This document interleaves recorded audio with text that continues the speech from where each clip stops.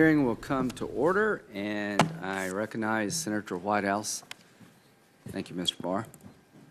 Thank you, Chairman. This is my first chance at a committee hearing to congratulate you on taking the gavel here. We worked well together when you were chairman of the Crime and Terrorism Subcommittee, and I hope that that will continue here. Mr. Barr, welcome.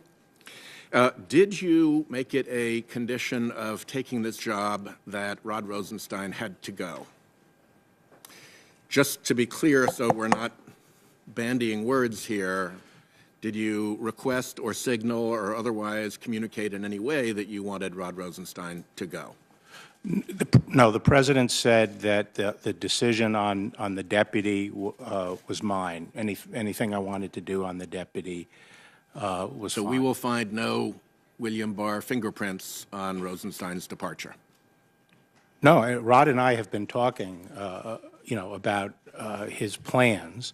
He told me that he viewed it as a 2-year stint and would like to use, if I'm confirmed, my coming in as an occasion to leave. But we talked about the need for a transition, and I asked him if he would stay for a while, and he said he would. And so as of right now, I would say he has no concrete plans. I have no concrete plans in terms of his departure. And we're going to sort of play it by ear and see what makes sense. And you have not undertaken to run him out in any way? Absolutely not. That leaves an opening at the DAG position whenever you work this out. Can you tell us, since attorneys general are very often defined by the immediate appointments around them at Chief of Staff, DAG, Criminal Chief, what are the characteristics and qualifications that you will seek as you fill particularly that position, but all three that I mentioned? I'm sorry, the deputy, and what was the other one? Deputy Chief of Staff and Criminal Chief.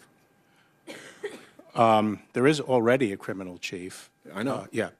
There's already a Deputy Attorney General, but he's leaving. Well, for a deputy, I'd like someone who's a really good manager and who has had good management experience running government programs, and I want a first-rate lawyer and someone whose judgment I feel comfortable in. Experience in the department? Not necessarily, okay. but experience in government at a high level. When we met, I gave you a letter that you've seen just so none of these questions would be a surprise, so I hope it is no surprise to you that I'm going through some of them. If you're confirmed, what will be the department's rule regarding communications between White House and Department of Justice officials regarding criminal and investigative matters? Who at DOJ will be allowed to have those conversations with the White House, and who at the White House will you entertain those conversations from at DOJ? So, I've looked through the existing regime, and my instinct is to keep it, maybe even tighten it up a little bit more. I remember when George W. Bush's administration was coming in, my advice was start tight, and then as you realize who has judgment and so forth, you can go back to a... They went the other way, and it was a bad day for Attorney General Gonzalez in the hearing room when that was brought to his attention. What is your understanding right now of who at the Department of Justice is authorized to have communications with the White House regarding investigations? It depends what it is, but on criminal matters, I would just have the AG and the deputy. And what do you think the rule is now in the department? I think that's what it is. Okay. So if the reports are true that as Chief of Staff, Mr. Whitaker was involved in conversations with the White House about bringing criminal investigations against the president's political enemies, that would not be consistent with your understanding of that policy.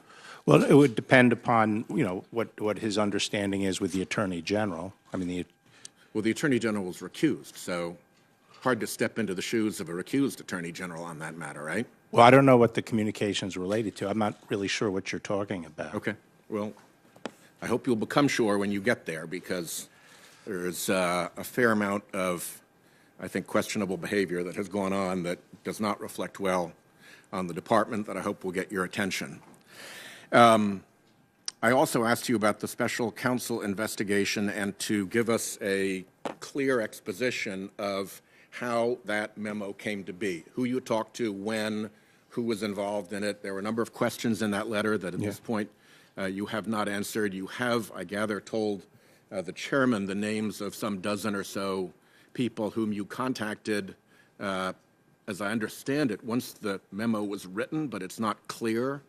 Do you have any objection to answering the questions that I wrote as questions for the record so that the committee can understand who you worked with, who you talked with about this idea, who you worked with in preparing the memo, who helped you with things like citations that people at your level don't often do yourselves, and where it was circulated and vetted and what edits were made and so forth? No, I have no objection to that. Great. But We'll just, let that just to be clear, no one helped me write the memo, and I know how to do legal citations, which I do. Yeah, well, a lot of people know how, but that doesn't always do I it. do it. I did. Okay. Okay. You might want to get out of that habit. You may have other things to look at.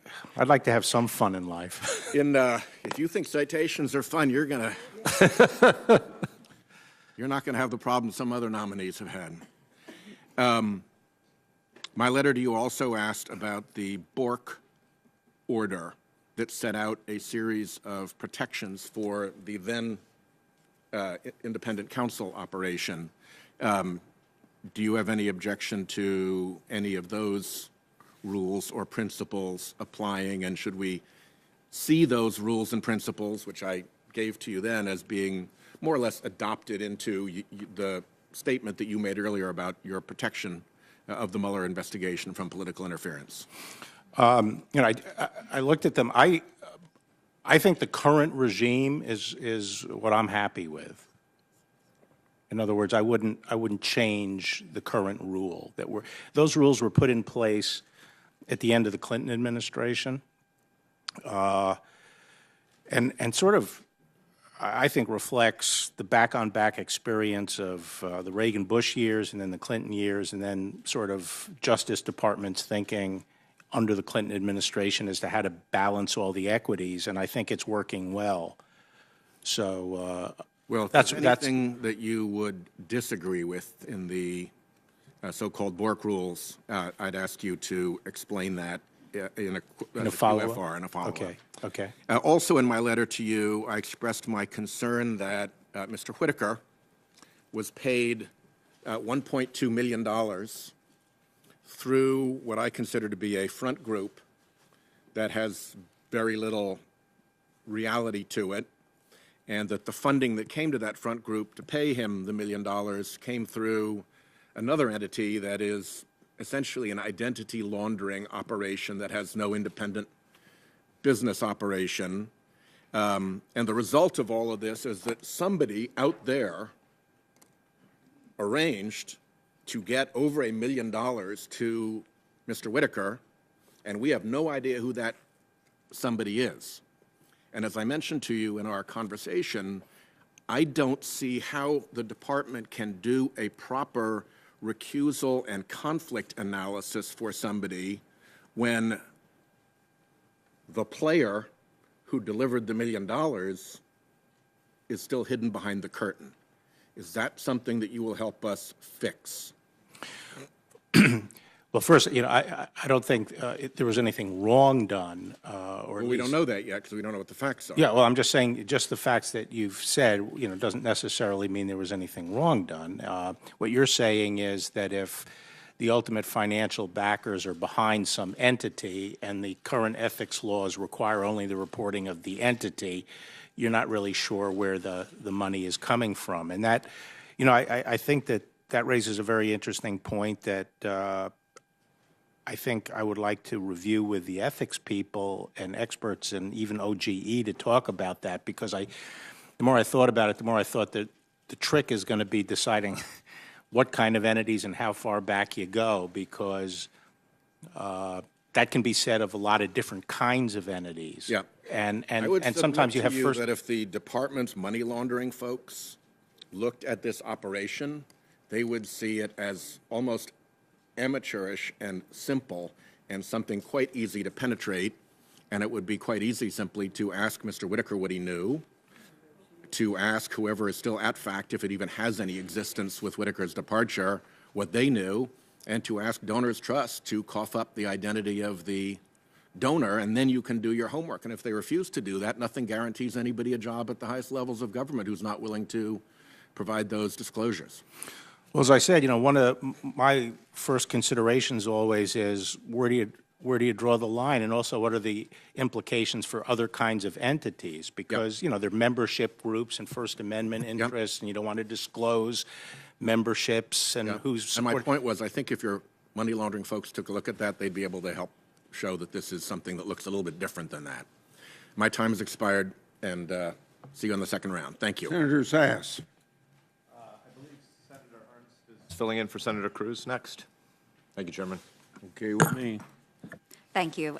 Mr. Barr, I want to commend you for stepping forward. Thank you very much. And I want to say thank you to your family as well for being so supportive in this endeavor. I'm really pleased to have all of you here, so thank you for doing that. Mr. Barr, later this month, I do plan on reintroducing Sarah's Law, which is a bill that would require the detention of illegal aliens who have been charged with a crime that resulted in the death or serious injury, bodily injury of another person. Now that sounds pretty common sense, but I'll give you a little background. This bill is named after Sarah Root. She was a resident of Council Bluffs, Iowa, and Sarah was killed by an illegal alien who was driving drunk. And that alien had a blood alcohol content of more than 3 times the legal limit, yet he was allowed to post bond and has not been seen since. It's important to me that Congress act to close these loopholes in our immigration system and do better to enforce the laws that are already existing on the books. And I know that Attorney General Sessions, he had a real passion for this, and he had a strong record of trying to make sure that we're correcting wrongs in the system. How do you, as Attorney General, plan on making sure that we are restoring the rule of law in our immigration system? Well, first, that sounds like a very commonsensical bill and something that I would certainly be inclined to support. I think one of our major problems, as the President says, is that the immigration laws just have to be changed and to provide sensible and common sense ways of processing immigration and claims of asylum. Right now, this goes all the way. This goes back 27 years. We were facing exactly the same kind of problem, maybe on a smaller scale. But Congress has to, where people are abusing the asylum system, coming in, they're being coached as to what to say, and then once they come in, we don't have the facilities to keep them, and they're released into the population. And this was a big abuse, as I say, 27 years ago, and it's gotten worse. So we need to change the laws to stop that kind of abuse and enable us to run a lawful immigration system where we process people into the country who are entitled to come into the country, and we keep out those that are flouting our laws. And it's long overdue. And the President is right that until we're able to do that, we're just not going to be able to get control over illegal immigration, and it creates a lot of unsafe conditions for many people. Absolutely, and I appreciate your thoughts on that. This is a very important issue. I think all of us understand that immigration is so vital to our country, but it has to be done in the right manner. And for those that are causing bodily injury and death to those here in the United States, we want to make sure that they are brought to justice. And in this case, that illegal, undocumented was not brought to justice. And I feel a lot of empathy for that family. I'll move into another situation that's really important to Iowans. According to the U.S. Department of Health and Human Services, after drug dealing, human trafficking is tied with arms dealing as the second largest criminal industry in the world, and it generates about $32 billion each year. The Department of Justice has said that 83% of sex trafficking victims identified in the United States are U.S. citizens, with the average age of a victim being between 12 and 14 years. 12 and 14 years. Since 2007, there have been over 300 cases of human trafficking in Iowa alone. And Iowa is a very rural state. 300 cases. That's very concerning to my constituents back home. What do you see as the main contributor to human trafficking here in the United States? And then how can the DOJ impact and combat and prevent those heinous crimes? This is an area that, frankly, wasn't very much on the radar scope of the Department of Justice when I was last there. I know it's it's an abhorrent area of criminality that I know the department and Attorney General Sessions have been focused on and have put in place various programs and entities within the department to focus on it and work with state and local law enforcement on it.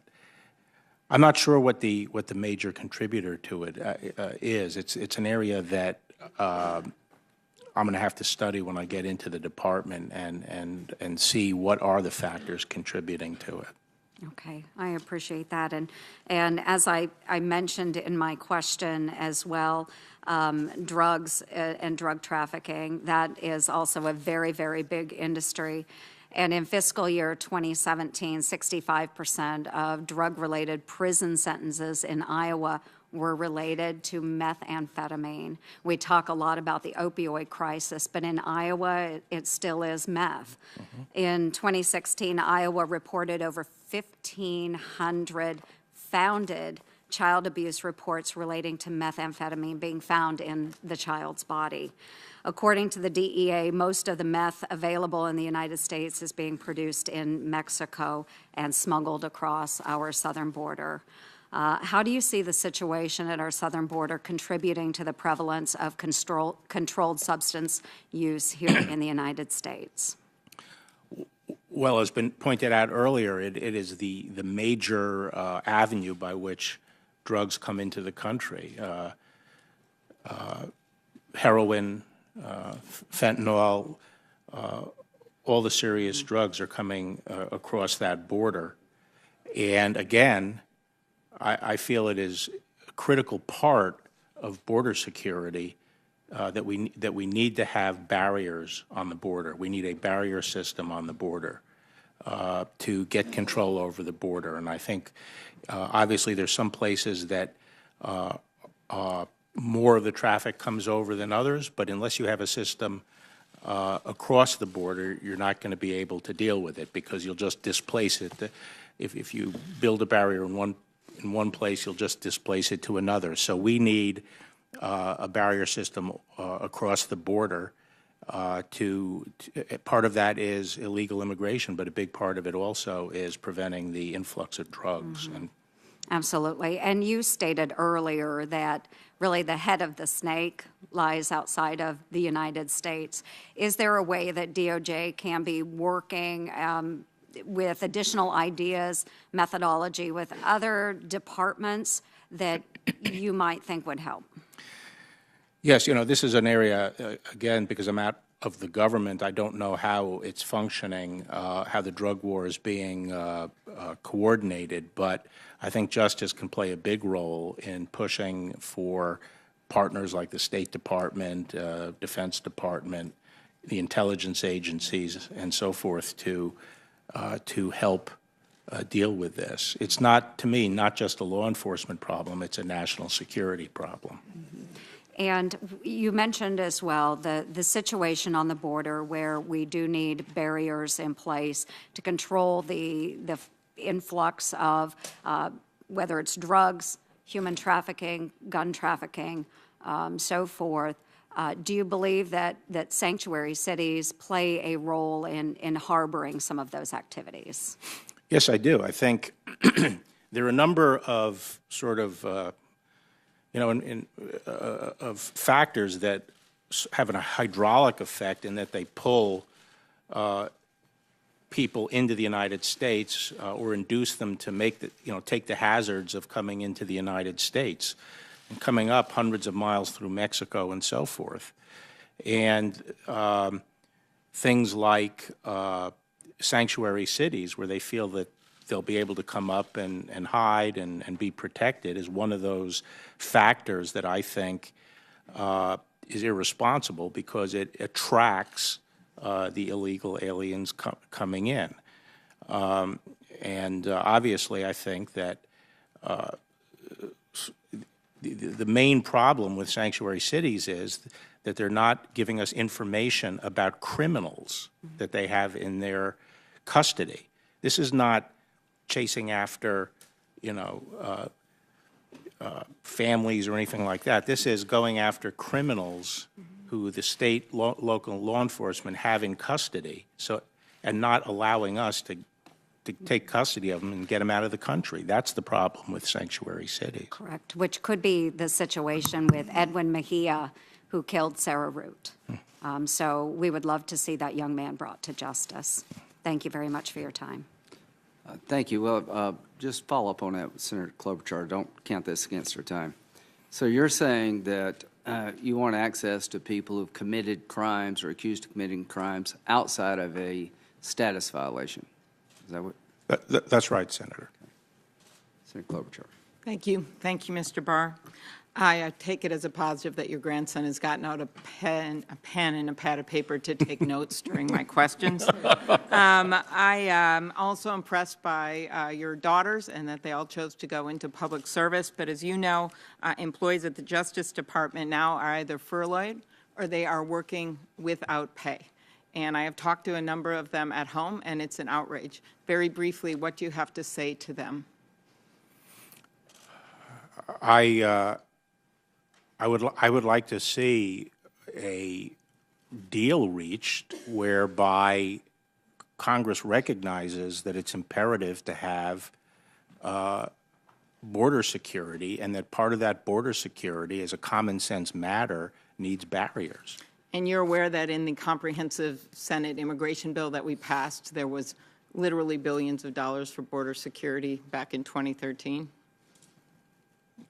I'm generally aware of that. And that also we had an agreement earlier last year which would allow the Dreamers to stay legally, that also had money for border security? The point is, we need money right now for border security, we have- including barriers and walls and Yeah. slats and other things, anything that makes sense in different areas of the border. Okay, in different areas. That's a good point. So President George H.W. Bush said back in 1980 that he didn't want to see 6- and 8-year-old kids being made to feel that they're living outside the law, and you were his attorney general. He also said that immigration is not just a link to America's past, but it's a bridge to America's future. Do you agree with those statements? Yes, I think, as I said, I think legal immigration has, we have a great system potential. I think it needs reforming, but legal immigration has been good for the United States. It's been great for the country. And that's why we were trying to work on that comprehensive reform. I want to just briefly turn to FBI leadership. The President has made statements accusing the FBI of making politically motivated decisions. Many of us up here and in the Senate have confidence in Director Wray and the leadership at the FBI and believe they can do their jobs without politics getting in the way. Do you agree with that? I'm looking, if I'm confirmed, I'm looking forward to getting to know Chris Wray. From what I know, I think very highly of him. Okay, thank you. In the memo from back in June, the one comment that Senator Grassley made, he talked about how much the Mueller investigation was costing, and I actually did a little Googling here, and there was a CNBC report that it actually could bring in more money than it cost because of the wealthy people being prosecuted, that Manafort's assets could be well over $40 million. I don't know if that includes that ostrich jacket, but Do you think that's possible based on your experience with white-collar crime? I don't know enough about it. Okay. In your memo, you talked about the Comey decision, and you talked about obstruction of justice, and you already went over that, which I appreciate. You wrote on page 1 that a president persuading a person to commit perjury would be obstruction. Is that right? Yes. Okay. Or and- any person who persuades person. another to, yeah. Okay. You also said that a president or any person convincing a witness to change testimony would be obstruction. Is that right? Yes. Okay. And on page 2, you said that a president deliberately impairing the integrity or availability of evidence would be an obstruction. Is that correct? Yes. Okay. And so what if a president told a witness not to cooperate with an investigation or hinted at a pardon? You know, I'd have to know the specific. I'd have to know the specific facts. Okay. And you wrote on page 1 that if a president knowingly destroys or alters evidence, that would be obstruction. Yes. Okay. So what if a president drafted a misleading statement to conceal the purpose of a meeting? Would that be obstruction? Again, you know, I'd have to know the specifics. All right. You would seek the advice of career ethics officials in the Department of Justice for any recusal, and I appreciate that. And you said in the past that you commended Attorney General Sessions for following the advice of those ethics lawyers, but you didn't commit today to following that advice. Is that right? No, I didn't commend him for following the advice. As the agency head, he's the one responsible for making the recusal decision. I don't know why he locked himself into following the advice. That's an abdication of his own responsibility. So what did you think about what Acting Attorney General Whitaker did when he rejected the Justice Department ethics advice to recuse himself out of an abundance of caution? I haven't seen the advice he got, and I don't know the specific facts. But abundance of caution suggests that it could have gone either way. You've committed to recuse yourself from matters involving the law firm where you currently work. Are you aware of any of your firm's clients who are in any way connected to the special counsel's investigation? I'm not aware. To tell you the truth, I'm of counsel there, and I have one client which I'm representing, and I don't pay very much attention to. Well, you can also supplement that. Yeah, I'll supplement my Okay, no answer. problem. Will you commit to make public all of the report's conclusions, the Mueller report, even if some of the evidence supporting those conclusions can't be made public? You know, that certainly is my goal and intent. It's hard for me to conceive of a conclusion that would run afoul of the regs as currently written, but that's certainly my intent. Secure elections, you and I had a talk about that in my office. Do you think backup paper ballots are a good idea? This is a bill that Senator Langford and I have introduced, and with Senator Graham and Senator Harris. Yeah, I don't know what's a good idea, what's a bad idea right now, because I haven't gotten into this area, but... Okay, well, I'll just tell you backup paper ballots is a good idea. Okay. And we can talk about it later, as well as audits along the lines of voting.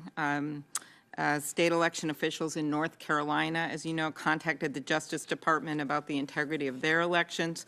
The Justice Department may have failed to take action in a timely manner. What steps would you take to make sure these failures don't occur again? Not specifically with respect to North Carolina, you're talking generally. Yeah. Well, as I say, I want to make one of my priorities the integrity of elections, and so this is not an area I have been involved with deeply before, and when I get to the department, if I'm confirmed, I'm going to start working with the people and making sure that those kinds of things don't happen. Part of this, of course, is also voting rights and our concern about some of the changes in department policy, and I hope you will seriously look at that, because the last thing we should be doing is suppressing voting, and that is what we've been seeing under this current administration. My dad was a reporter, so I grew up knowing the importance of a free press. We obviously have the tragic case of a journalist who worked right here at the Washington Post, Jamal Khashoggi, and it's a particular concern. So I want to ask you something I asked Attorney General Sessions. If you're confirmed, will the Justice Department jail reporters for doing their jobs?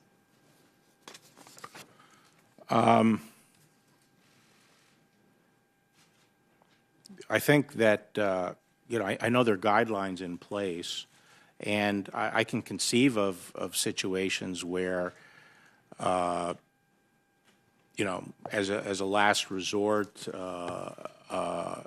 and where a news organization has run through a red flag or something like that, knows that they're putting out stuff that will hurt the country.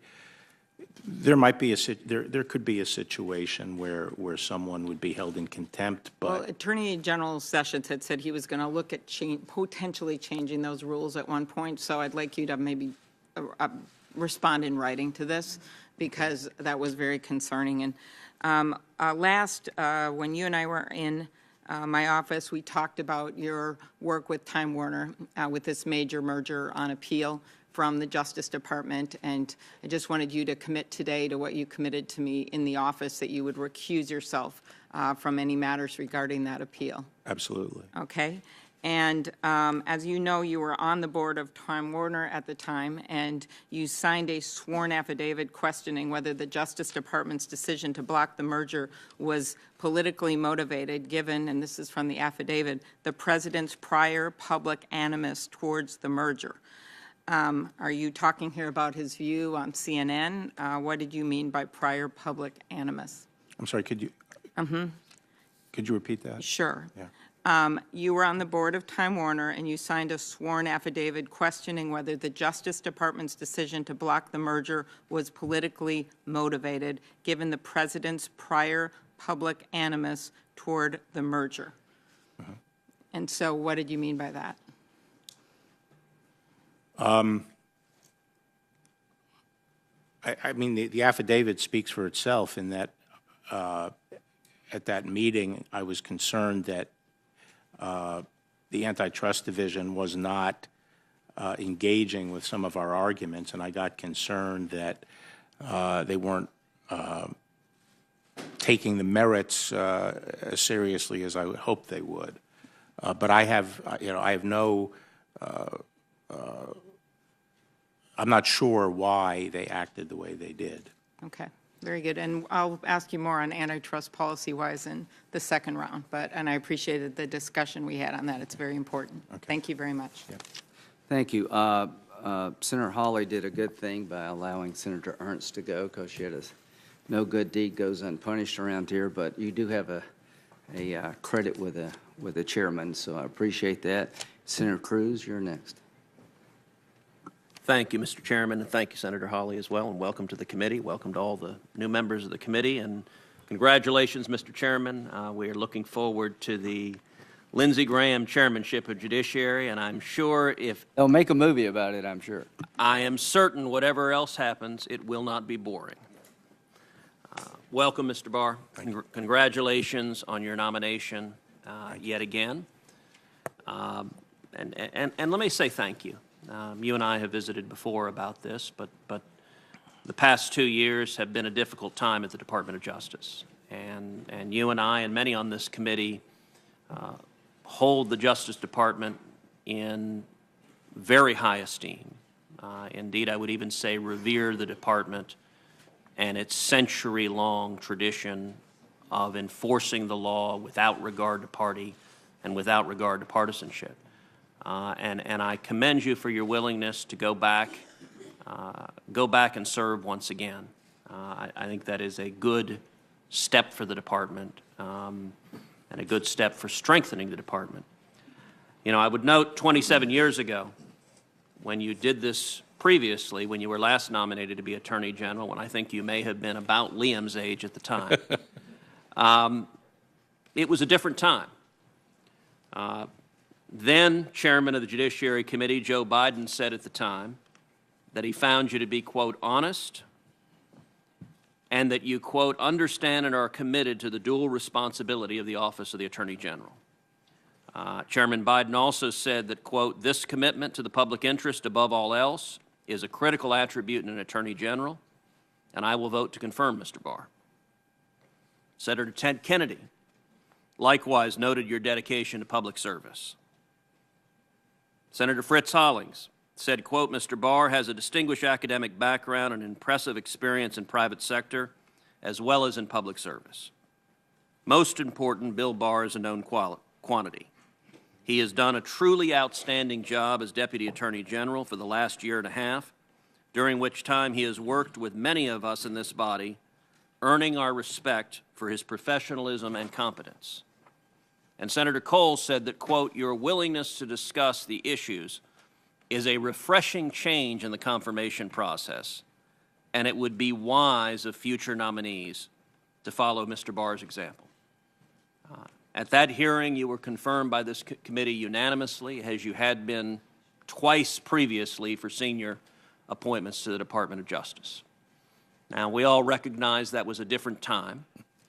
I think given the environment we are in now, few expect this committee vote to be unanimous.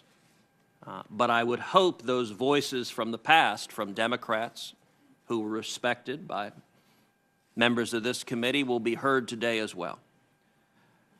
One of the questions you were asked, if I might paraphrase, was, why on earth would you take this job? And your answer, if I recall correctly, concerned your commitment both to the department and the rule of law. Would you tell this committee, in your judgment, why the rule of law matters? Why is that important?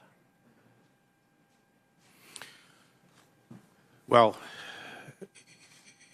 you know, as our framers said in the Federalist Papers, the art of setting up a government is to have a government that's strong enough to perform the functions that a government has to perform, while at the same time not being so strong that it can oppress its own people.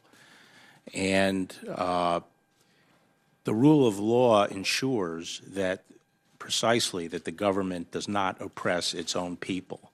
And when people are accused of wrongdoing, our system essentially gives them the benefit of the doubt and gives them rights to bring them up essentially to the same level as the government. And the process we go through is there to ensure that justice is not arbitrary, but it's done according to a set of rules. And the basic protection that we have is that the rule that applies to one applies to all. That, at the end of the day, is what keeps us all free. That is the protection of individual freedom. And to me, the rule of law is exactly that, that we don't allow special rules to go into effect for a particular individual. A rule has to be universalized. Anything we do against A has to be universalized across everyone who's similarly situated. That's our basic protection, and to me, that's what the rule of law is. So I don't want to see a Republican Department of Justice or a Democratic Department of Justice. I don't want to see a Republican FBI or a Democratic FBI. What we should see, what the American people have a right to see and a right to expect, is a Department of Justice that is committed to and faithful to the Constitution and the laws, regardless of political party. And a corollary to that is a department that is willing to hold anyone who commits criminal conduct accountable, regardless of that individual's political party or whatever partisan interest there might be. Would you agree with that characterization? Senator. Yes, Senator. I would note as well, during the previous administration, there was concern by many, including me on this committee, that the previous administration, and in particular the IRS, had targeted individual citizens and citizen groups for exercising their First Amendment rights and had abused its power in doing so. The current Justice Department I've been dissatisfied with the degree of scrutiny they have given to that potential abuse of power. And I'm going to ask you going forward, if you are confirmed, to examine that conduct and ensure that if laws were broken, that individuals are held accountable. Let me shift to a different topic. One of the most important safeguards of our liberties is the Bill of Rights. And the Attorney General has a unique responsibility defending the Constitution. Can you share for this committee, in your view, the importance of free speech, of the protections that the First Amendment provides to Americans to speak, and even to speak on unpopular or politically disfavored topics? I think free speech is at the core of our system because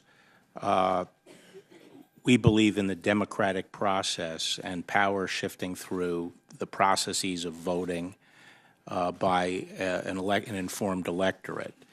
And free speech is foundational to the ability to have a democratic process. The framers, I think, believe that the dialectic, the clashing of ideas in the public marketplace, is the way to arrive at the truth. And that is one function. Another function of free speech is that it's the substitute for other means of settling differences. In some ways, it's a safety valve. People are allowed to speak their mind and persuade their neighbors of their position. And I think that performs a very important function in keeping the peace within a community. And if speech is suppressed, it can lead to the building up of pressures within society that sometimes can be explosive. How about your views on religious liberty? And would you share your thoughts on the importance of the religious liberty protections in the First Amendment in terms of protecting our diverse and pluralistic society? Yes, I think the framers believe that our system, they said that our system only works if the people are in a position to control themselves. Our government is an experiment in how much freedom we can allow the people without tearing ourselves apart. And they believed fewer laws, more self-control, and they believed that part of that self-control, and I know there are many people here who disagree, in our society, not here, but in our society who disagree, but they believe part of that self-control ultimately came from religious values. And I think it's important underpinning of our system that we permit, I believe in the separation of church and state, but I am sometimes concerned that we not use governmental power to suppress the freedoms of traditional religious communities in our country. Final question. The Department of Justice is charged with defending the United States, but that doesn't mean that the Department of Justice always must argue for maximum federal power. There are important restraints on federal power, whether civil liberties protections in a criminal context, whether the Takings Clause, or whether the 10th Amendment and federalism. Can you briefly share your thoughts on the appropriate balance of respecting the limitations on federal power?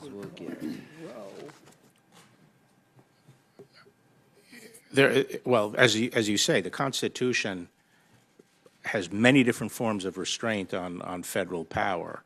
Part of it is, in fact, the separation of powers within the federal government. Part of it is the balance between the federalist system we have and the central government, and respecting the rights of the states and local communities.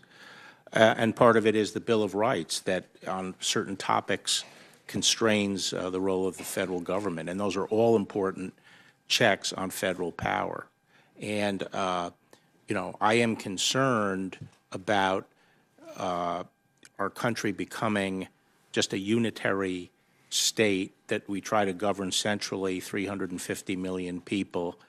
I think a lot of our current tensions in society are because we are turning our back on the federalist model. There are certain things that have to be protected by the federal government. There's no ifs, ands, or buts about that. But the more we can decentralize decision-making, the more we can allow people a real diversity in the country of approaches to things, I think we'll have less of an explosive situation. Very much agree. Thank you, Mr. Barr. The freedom of speech has to be balanced by the freedom to question. Senator Coons. Congratulations, Chairman Graham. I look forward to working with you in this Congress. And thank you, Mr. Barr, and to you and your family for their service to our country through federal law enforcement and the Department of Justice.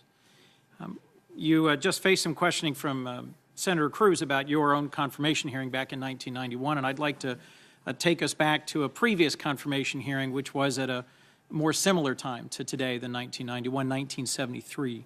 Senator Leahy asked you about the confirmation of Elliot Richardson, President Nixon's nominee to be Attorney General. That confirmation took place in the context of a similarly divided period in American history where there was great concern over the, at that point, ongoing Watergate investigation. And Elliot Richardson reassured the country by making some important commitments during his confirmation hearing before this committee. Then Senator Strom Thurmond asked Richardson if he wanted a special prosecutor who would, and I quote, shield no one and prosecute this case regardless of who was affected in any way, shape, or form. Richardson responded, exactly. Do you want Special Counsel Mueller to shield no one and prosecute the case regardless of who is affected? I want Special Counsel Mueller to discharge his responsibilities as a federal prosecutor and exercise the judgment that he's expected to exercise under the rules and finish his job.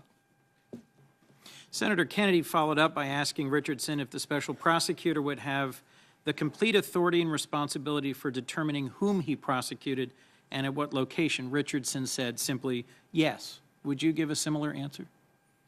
No, I would give the answer that's in the current regulations, which is that the special counsel has, broad discretion, but the acting attorney general in this case, Rod Rosenstein, can ask them about major decisions, and if they disagree on a major decision, and if after giving great weight to the special counsel's position, the acting attorney general felt that it was so unwarranted under established policies that it should not be followed, then that would be reported to this committee. Forgive me, I've got 7 Okay. minutes left. I have a number of other questions. Let me just make sure I understand you. Senators asked Elliot Richardson what he would do if he disagreed with the special prosecutor. Richardson testified to the committee the special prosecutor's judgment would prevail. That's not what you're saying. You're saying that if you have a difference of opinion with Special Counsel Mueller, you won't necessarily back his decision. You might overrule it. Under the regulations, there is the possibility of that, but this committee would not, would be aware of it. A lot of water has gone under the dam since Elliot Richardson, and a lot of different administrations on both parties have experimented with special counsel arrangements. Well, and the existing rules, I think, reflect the experience of both Republican and Democratic administrations and strike the right balance. They are put together in the Clinton administration after Ken Starr's investigation. That's right. So the current regulations on the books right now prevent the Attorney General from firing without cause the special counsel. They require misconduct, dereliction of duty, incapacity, conflict.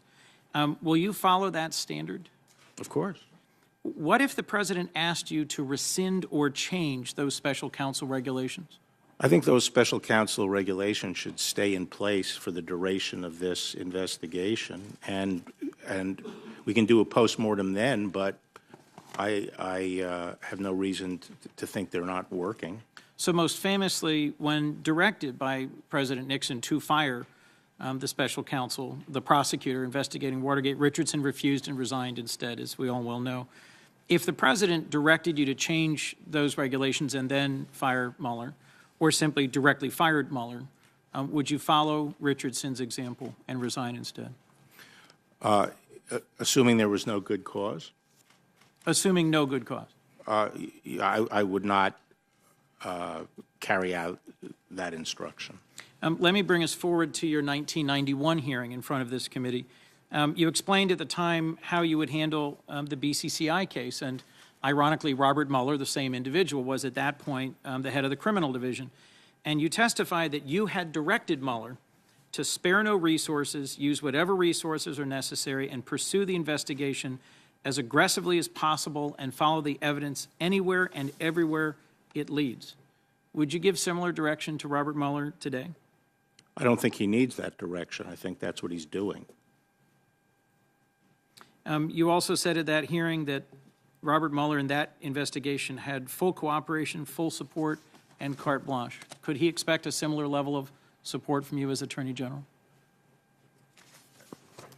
Yeah, he will. As I said, I'm going to carry out those regulations, and I want him to finish this investigation.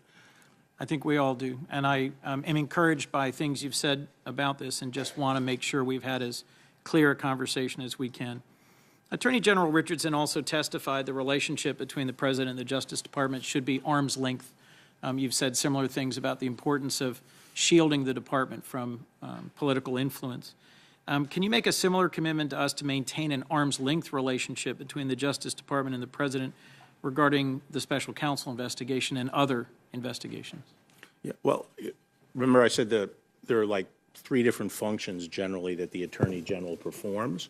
I think on the enforcement side, especially where matters are of either personal or political interest to people at the White House, then there has to be an arm's length relationship.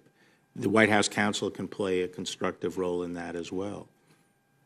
Let me ask, if the President asked for information that could well be used to interfere with the special counsel investigation, to misdirect or curtail it in some way, would you give it to him? No, I mean, there are rules on what kind of information can flow and what kind of communications can go between the White House, and I would follow those. But the basic principle is that the integrity of an investigation has to be protected.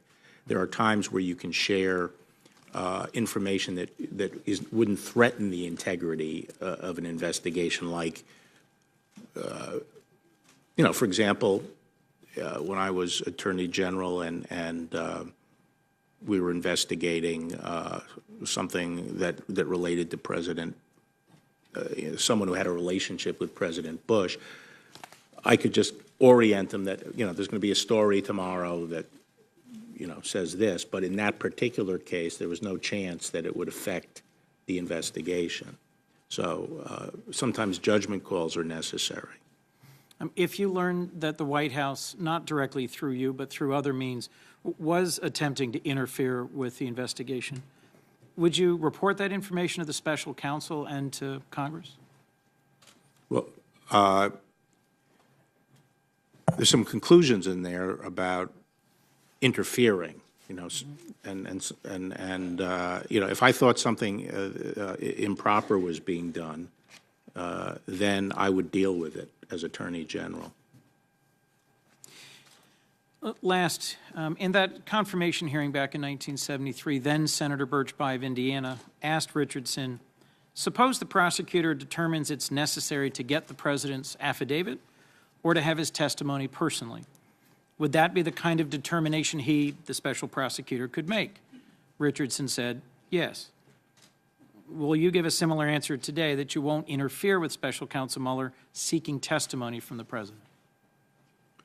I think, as I say, the regulations currently provide some avenue if there's some disagreement.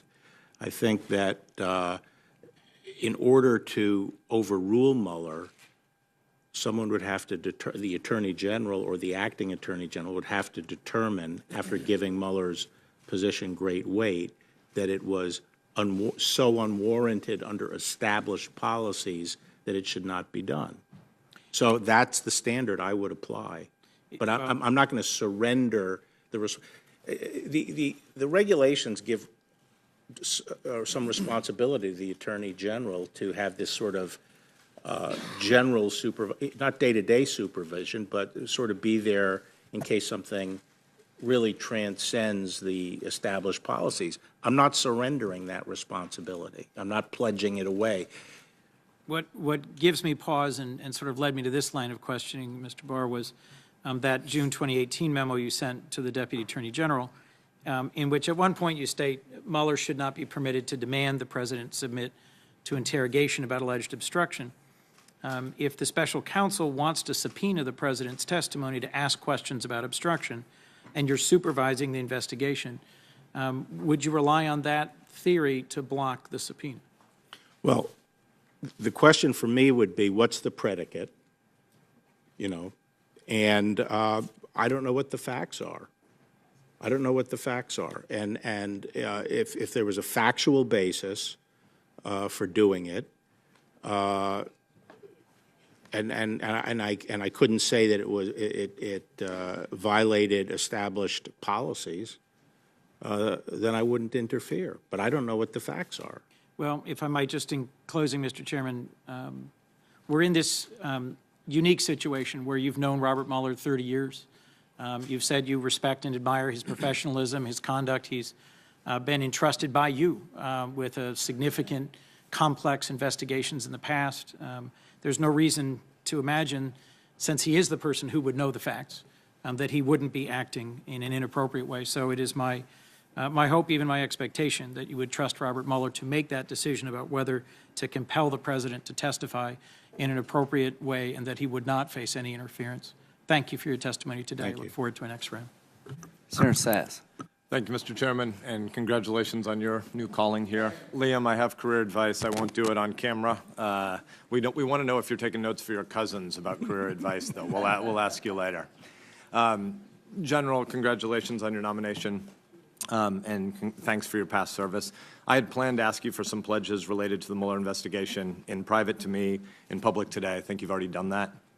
How should the American people think about what the Mueller investigation is about? I think that there were allegations made of Russian attempts to interfere in the election, and there were allegations made that some Americans were in cahoots with the Russians, and the word is now that's being used is collusion. And as I understand it, Mueller is looking into those allegations. You know, a lot of the media summary of the investigation starts with people's views and who they voted for in the 2016 presidential election. And for those of us who spend a lot of time reading intelligence reports, a handful of us on this committee are about to leave to go to an intelligence briefing. What Russia is doing to the U.S. is big and broad and not constrained to the 2016 election.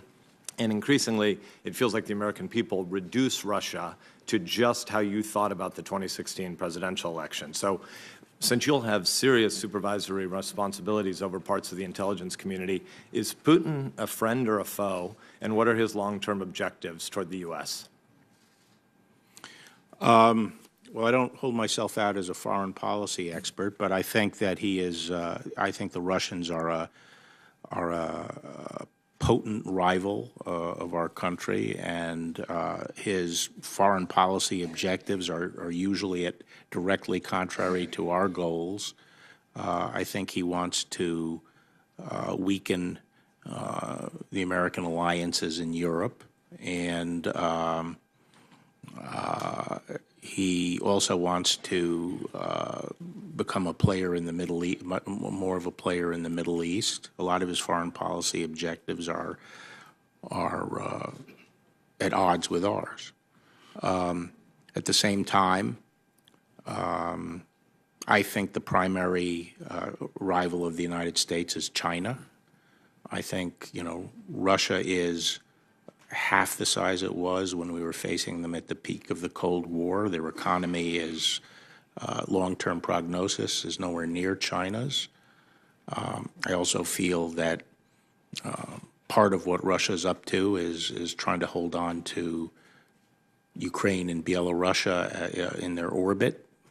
But I'm concerned that the fixation on Russia not obscure the danger from China. I want to ask you some China questions as well. I want to ask about your role on the President's Intelligence Advisory Board, but sticking with Russia for a minute. Does Putin have any long-term ideological alignment with the U.S., or does he have other objectives trying to sow discord broadly here? You know, I'm not an expert on this area, but I think there are, I think there may be some potential areas where our interests could be aligned.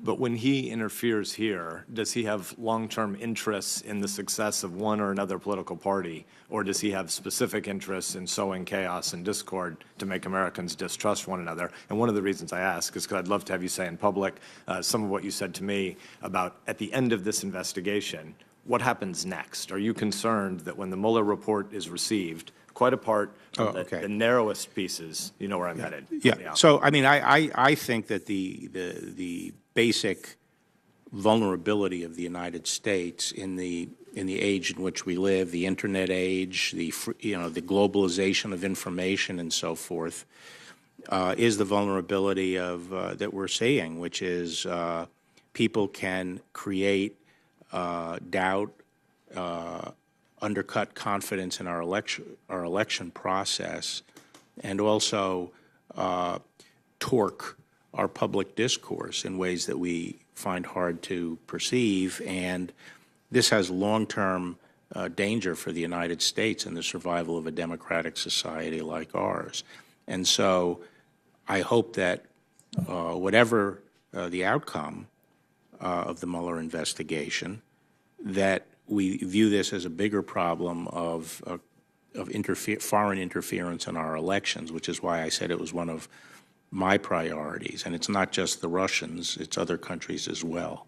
And we have to focus on that. We have to ensure that we're doing all we can. And I'm not sure all of that is defensive either. I mean, in terms of law enforcement, I think we have to look at all options, including sanctions and other options to deter organized efforts to interfere in our elections.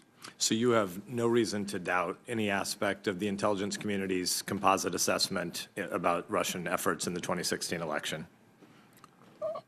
I have no reason to doubt that the Russians attempted to interfere in our election. And Dan Coates, the National Intelligence Director, has testified in public and has said in different media contexts that Russia is already plotting for the 2020 elections in the U.S. You have no reason to doubt that. I haven't, I haven't seen those reports. I had reviewed the reports about the 2016, but I have no reason to doubt it. And can you explain what your role is on the President's Intelligence Advisory Board? Yeah, I'm actually a consultant. I'm an advisor on sort of legal issues. Obviously, I'm stepping down from that position if I'm confirmed, but I've been just advising. I'm not a member of the board. I'm on the CIA's External Advisory Board, and have been participating on that as well. When you talk about the long-term Chinese efforts to also sow different kinds of discord in the U.S., obviously not crossing any classified lines here, but long-term interests that other countries have in strategic rivalry with the U.S. to use gray space and information operations warfare against us. How do you see the role of the National Security Branch and the FBI more broadly fitting into the larger IC, and what responsibilities do you see would be on your priority list as you arrive at the department? Well, I've been out of the department for so long. I'm not really sure about how that is currently being handled. I also think that we've had our attention focused on terrorism, which we can't let up, but I want to make sure that, and I'm sure Chris Wray is on top of this, and looking forward to talking to him about it, of making sure that the Bureau is playing a central role in combating efforts by foreign countries to engage in those kinds of hostile intelligence activities. You have unpacked a couple of times today the three different roles or functions of the Attorney General. Could you do that one more time in summary? And then I want to ask you a particular question. What are those three roles as you see them? I see the three roles. In 1789, the first to set up the office, the first role was providing advice to the President and the Cabinet and representing the United States in cases before the Supreme Court. And I see the three roles as providing advice, being a policy advisor on legal and law enforcement policy issues, and the top law enforcement officer enforcing the laws. And so in no way would the job of protecting the president be a subset of any of those three jobs? The language of protecting the president has been used occasionally in this administration to refer to the way it was conceived of how Eric Holder did his job. Is there any sense in which it's the Attorney General's job to protect the president? No, that wasn't included in my description of the role of the Attorney General. Obviously, as in the policy arena, the Attorney General is someone who should be sympathetic to the administration and its policy goals. But there are circumstances where those three roles could come into some internal conflict, or you could be asked to do things that don't align with them. And there's probably a list that you have. I want to ask you to enumerate it here. But there's probably a list of issues where you could imagine needing to resign because of what you were asked to do in the space of so-called protecting the president.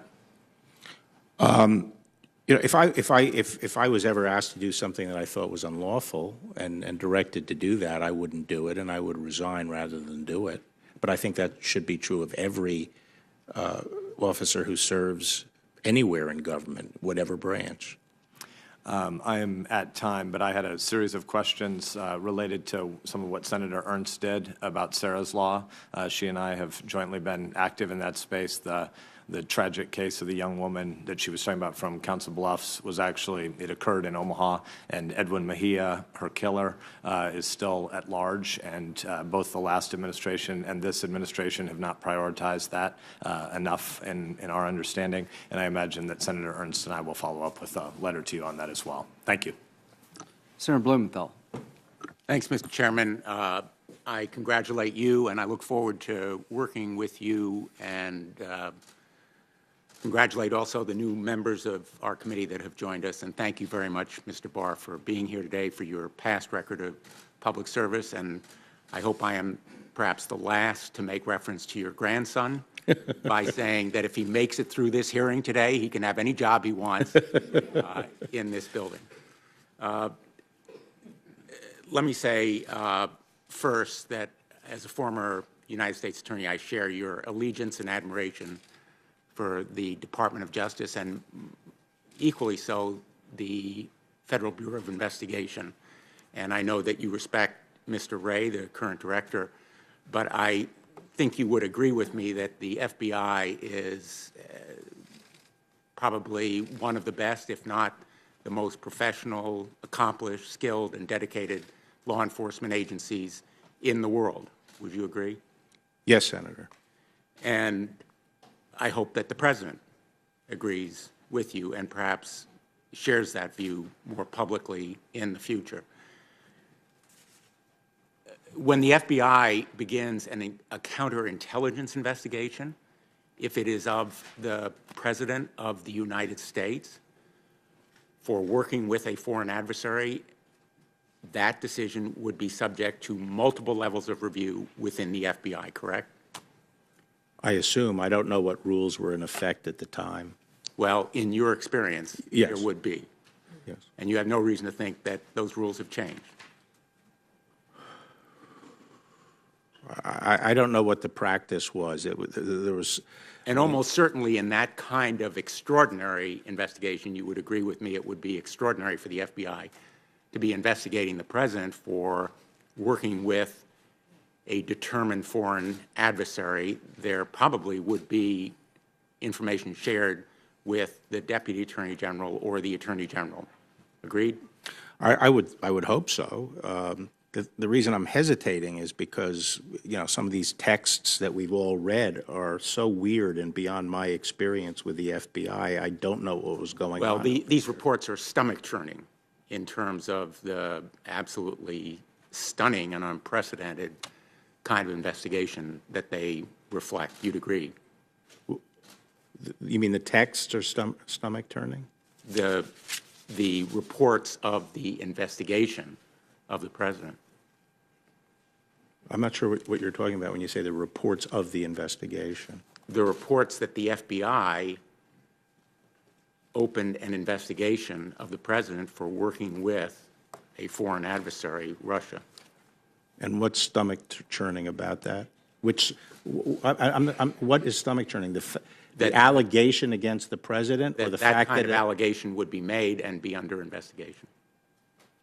Well, let me move on. Yeah. I want to talk about transparency.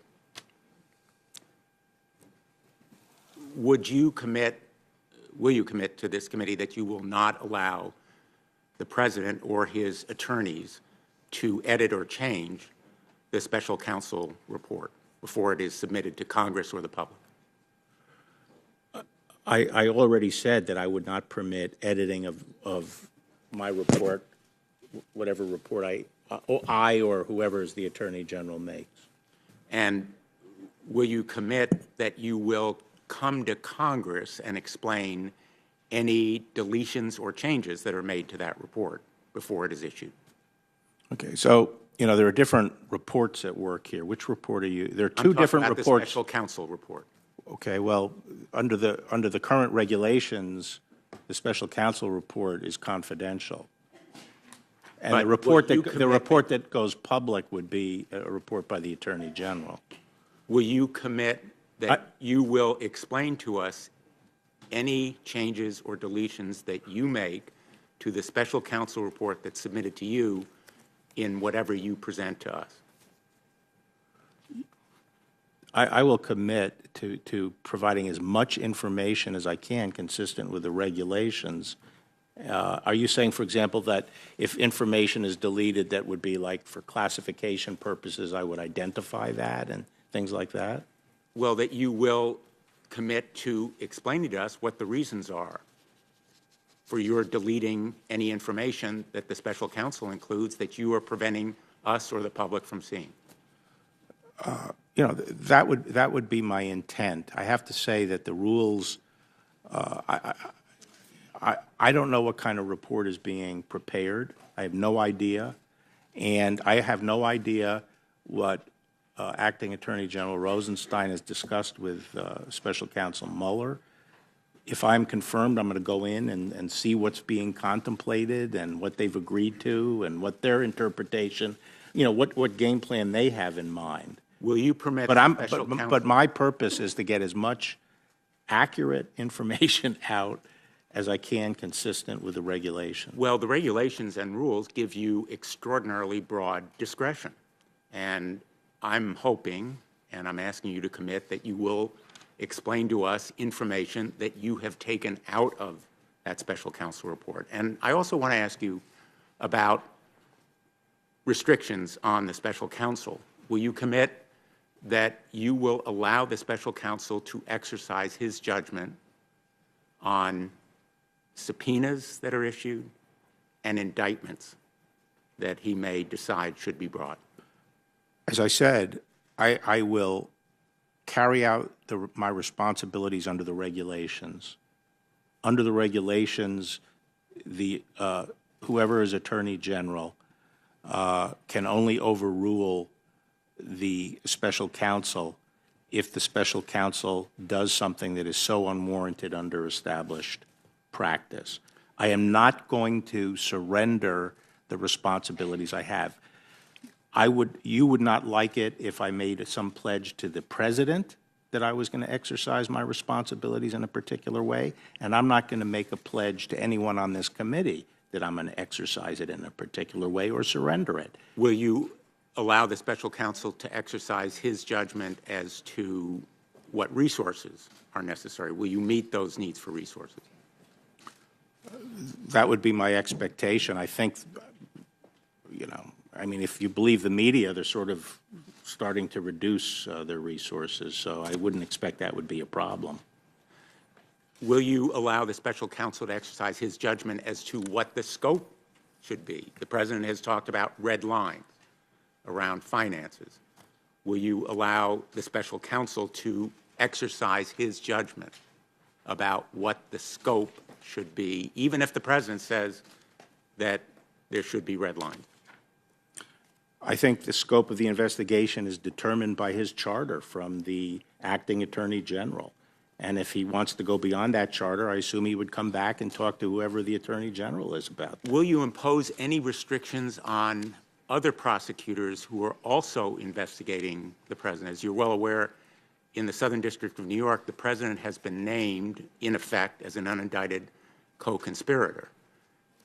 The Eastern District of Virginia has an investigation that's relevant to the president. Will you impose any restrictions on those prosecutors? The Office of Attorney General is in charge of the with the exception of the special counsel who has special rules applicable to him, is in charge of the work of the Department of Justice. But you have a responsibility to allow prosecutors to enforce the law. I have the responsibility to use my judgment and discretion that are inherent in the Office of Attorney General to supervise. And I'm not going to go around saying, well, this U.S. attorney or that U.S. attorney I'm going to defer to. Well, you referred earlier I'm not, to the possibility of firing excuse me? a United States attorney. Would you allow the president to fire a United States attorney and thereby stop an investigation? I would not stand by and allow a U.S. attorney to be fired for the purpose of stopping an investigation, but the president can fire a U.S. attorney. They're a presidential appointment. But the president should have a cause beyond simply stopping an investigation for firing a United States attorney, even if he or she is a political. Well, as I said, I would not stand by and allow an investigation to be stopped if I thought it was a lawful investigation. I wouldn't stand by for that. But the president is free to fire his officials that he's appointed. I want to ask a question on a different topic. You've said that, and I'm quoting you, I believe Roe v. Wade should be overruled. You said that in 1991. Do you still believe it? I said in 1991 that I thought as an original matter it had been wrongly decided. And that was what, within 18 years of its decision? Now it's been 46 years. And the department has stopped, under Republican administration, stopped as a routine matter, asking that it be overruled, and I don't see that being turned. I don't see that being resumed. Would you defend Roe v. Wade if it were challenged? Would I defend Roe v. Wade? I mean, usually the way this would come up would be a state regulation of some sort, and whether it's permissible under Roe v. Wade, and I would hope that the SG would make whatever arguments are necessary to address that. I think the justices the recent ones have made clear that they consider Roe v. Wade an established precedent. It's been on the books 46 years. And you would enforce the Clinic Access Protection Act? Absolutely. Thank you, Mr. Chairman.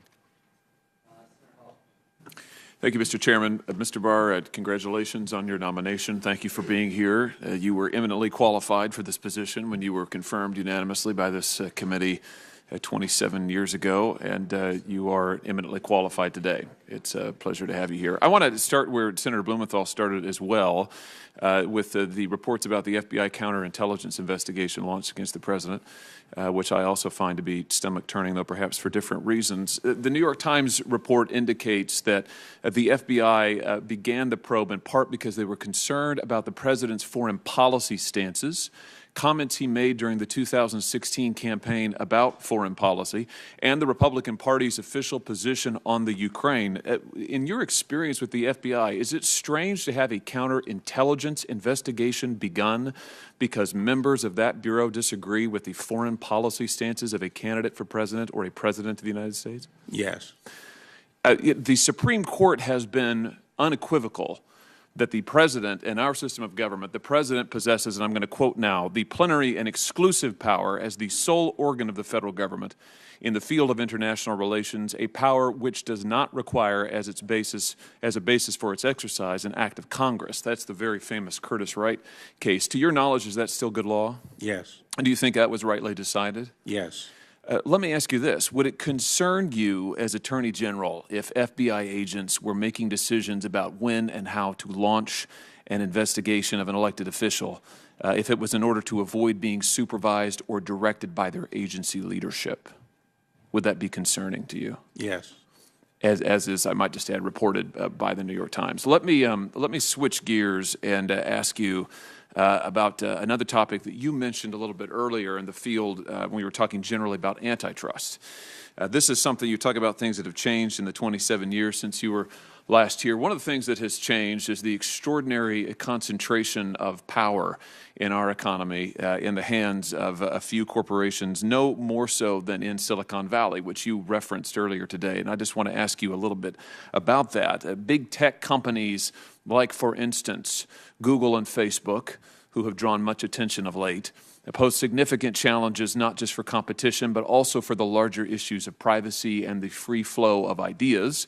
The Justice Department has recently deferred to the FTC across this range of issues, and while I'm hopeful that Chairman Simons will right the course here, the FTC has perhaps too often allowed these companies, in my view, to violate privacy and maybe antitrust laws without meaningful consequences. Here's my question. What role do you think the Justice Department has working with the FTC or independently to address anti-competitive conduct, potential bias, and privacy violations by these big tech companies?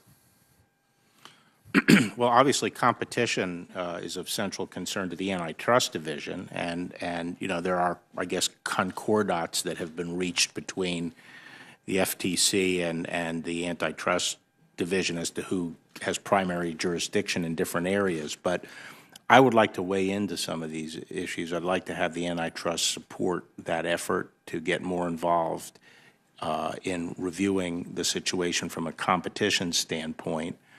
I also am interested in the issue of privacy and the question of who owns this data. You know, it's not an area that I've studied closely or become an expert in, but I think it's important for the department to get more involved in these questions. Just on the subject of ownership of data, as you know, Facebook is currently subject to a 2011 consent decree, as part of which it agreed not to release or share or sell personal user information without the knowledge and consent of its users. Facebook's CEO, Mark Zuckerberg, has adamantly insisted under oath as recently as April 10th of 2018, that on Facebook, users have complete control, those are his words, over everything that they share. However, as I'm sure you're aware, recent media reports have indicated that Facebook, in fact, routinely has shared user information without users' consent or even knowledge. Now, the Justice Department has the authority to enforce the terms of the 2011 consent decree and potentially to prosecute any violation. Will you consider doing so? Well, because that is something that I might have to get involved with and supervise if I'm confirmed, I'd rather not, you know, make any comments about it right now. Let me ask you this. These same technology companies also control the flow of information, or at least influence it, the flow of information to consumers to an unprecedented degree. I mean, you have to go way back in American history to find any analog, back to the paper trust, to find an analog of a small group of companies that control the information and influence the news and its flow to Americans to the extent that these companies do. And there's growing evidence that these companies have leveraged their considerable market power, if not monopoly status, to disfavor certain ideological viewpoints, particularly conservative and libertarian viewpoints. Do you think the Department of Justice has authority under the antitrust laws or consumer protection laws or other laws to address bias by dominant online platforms? I would just say generally, you know, I wouldn't think it would, you know, I'd have to think long and hard before I said that it was really the stuff of an antitrust matter. On the other hand, it could involve issues of disclosure and other implicate other laws like that. Is there any point, do you think, at which political bias could require a response? And I'm thinking, for example, Harvard law professor Jonathan Zittrain has written how Google or Facebook, for example, could manipulate their algorithms to significantly swing voter turnout to favor a candidate of their choice. Would that sort of conduct require a response from the department? I'd have to think about that. I'm not sure. I'd like to know more about the phenomena and what laws could be implicated by it. Let me ask you this. The Justice Department's case against AT&T Time Warner focused on how the merged company would control or could control the distribution of information to discriminate against rival content. And I understand that you, of course, are recusing yourself from that matter. But generally speaking, do you see similar concerns regarding how dominant Silicon Valley firms could use their market power in social media or search to discriminate against rival products or services or viewpoints? Yeah, and making clear that what I'm saying now has no application to, the transaction we just talked about, and talking about the other companies, yes. Let me ask you more broadly about the question of antitrust and mergers, and you gestured towards this earlier in your testimony. I'm increasingly worried that the department is not enforcing vigorously the antitrust statutes in many sectors of the economy, not just technology. We see, again, as you've alluded to, we see growing concentration of power in various sectors held by just a few firms. And if you look at recent trends in the department's scrutiny of proposed mergers, it's at record lows. Last year, for instance, the Department of Justice Antitrust Division scrutinized mergers through second requests for information in less than 1% of all eligible cases. That is, I believe, the lowest level of merger scrutiny recorded since the FTC started tracking those statistics back in 1981. And just for comparison purposes, in 1981, that review was 5 times higher than it was in 2018. My question is, do you think that this record low level of merger scrutiny is appropriate? And if you're confirmed as Attorney General, what might you do to ensure that the Antitrust Division faithfully and vigorously enforces the law? Well, I am for vigorous enforcement of the antitrust laws to preserve competition. And as I said, this is going to be an area I'm going to want to get into and work with Macon Delrahim on if I'm confirmed. I wouldn't necessarily use the incidence of merger review as a proxy for failure of competition. At the end of the day, it's competition we're worried about in different markets. But I am interested in exploring those, those statistics you were just using. And do you think it's fair to say, would you agree that the historic levels of concentration that we're seeing in many parts of the economy, technology in particular, is potentially detrimental to competition? I mean, it is, again, potentially and in general, but it is something that is worth scrutinizing and being concerned about if one is concerned about free, fair, and open competition. You said the size? Yes, the historic levels of concentration. Yeah, I think the thing I'm concerned about are the network effects that are now at work, where they're so powerful that particular sectors could essentially be subsumed into these networks. They're just very powerful network effects because of the size. Yes. I see my time has almost expired. Thank you, Mr. Chairman. Thank you, Mr. Chairman. Mr. Chairman, I welcome the arrival of the immigration Lindsey Graham of 2013. The other Lindsey Graham, we shall see, as you yourself have acknowledged. Mr. Barr, I ask these questions, these two questions of every nominee who comes before any of the committees on which I sit, and these are the questions. Since you became a legal adult, have you ever made unwanted requests for sexual favors or committed any verbal or physical harassment or assault of a sexual nature? No. Have you ever faced discipline or entered into a settlement related to this kind of conduct? No. I have a question relating to recusal. You've been asked a number of times. It is very clear that the President does not want an Attorney General who will recuse himself from the Mueller investigation. So when he came before us for confirmation in January 2017, Jeff Sessions wrote on his committee questionnaire that he would, quote, seek and follow the advice of the Department of Justice's designated agency ethics official if confronted with a conflict of interest, end quote. And in fact, he did do that, and he was basically pummeled by the president ever since. So Matthew Whitaker has not come before us for the job of Attorney General, but we know that when it came time to make a decision about recusal, he didn't want to be the object of Trump's wrath, so he proceeded to listen to and then ignore the advice of the career ethics officials at the DOJ who recommended recusal. So your answer to Senator Klobuchar makes it clear that you are going to basically follow the Whitaker model. Can you understand why that is not terribly reassuring to us? These are not normal times. This is not 27 years ago.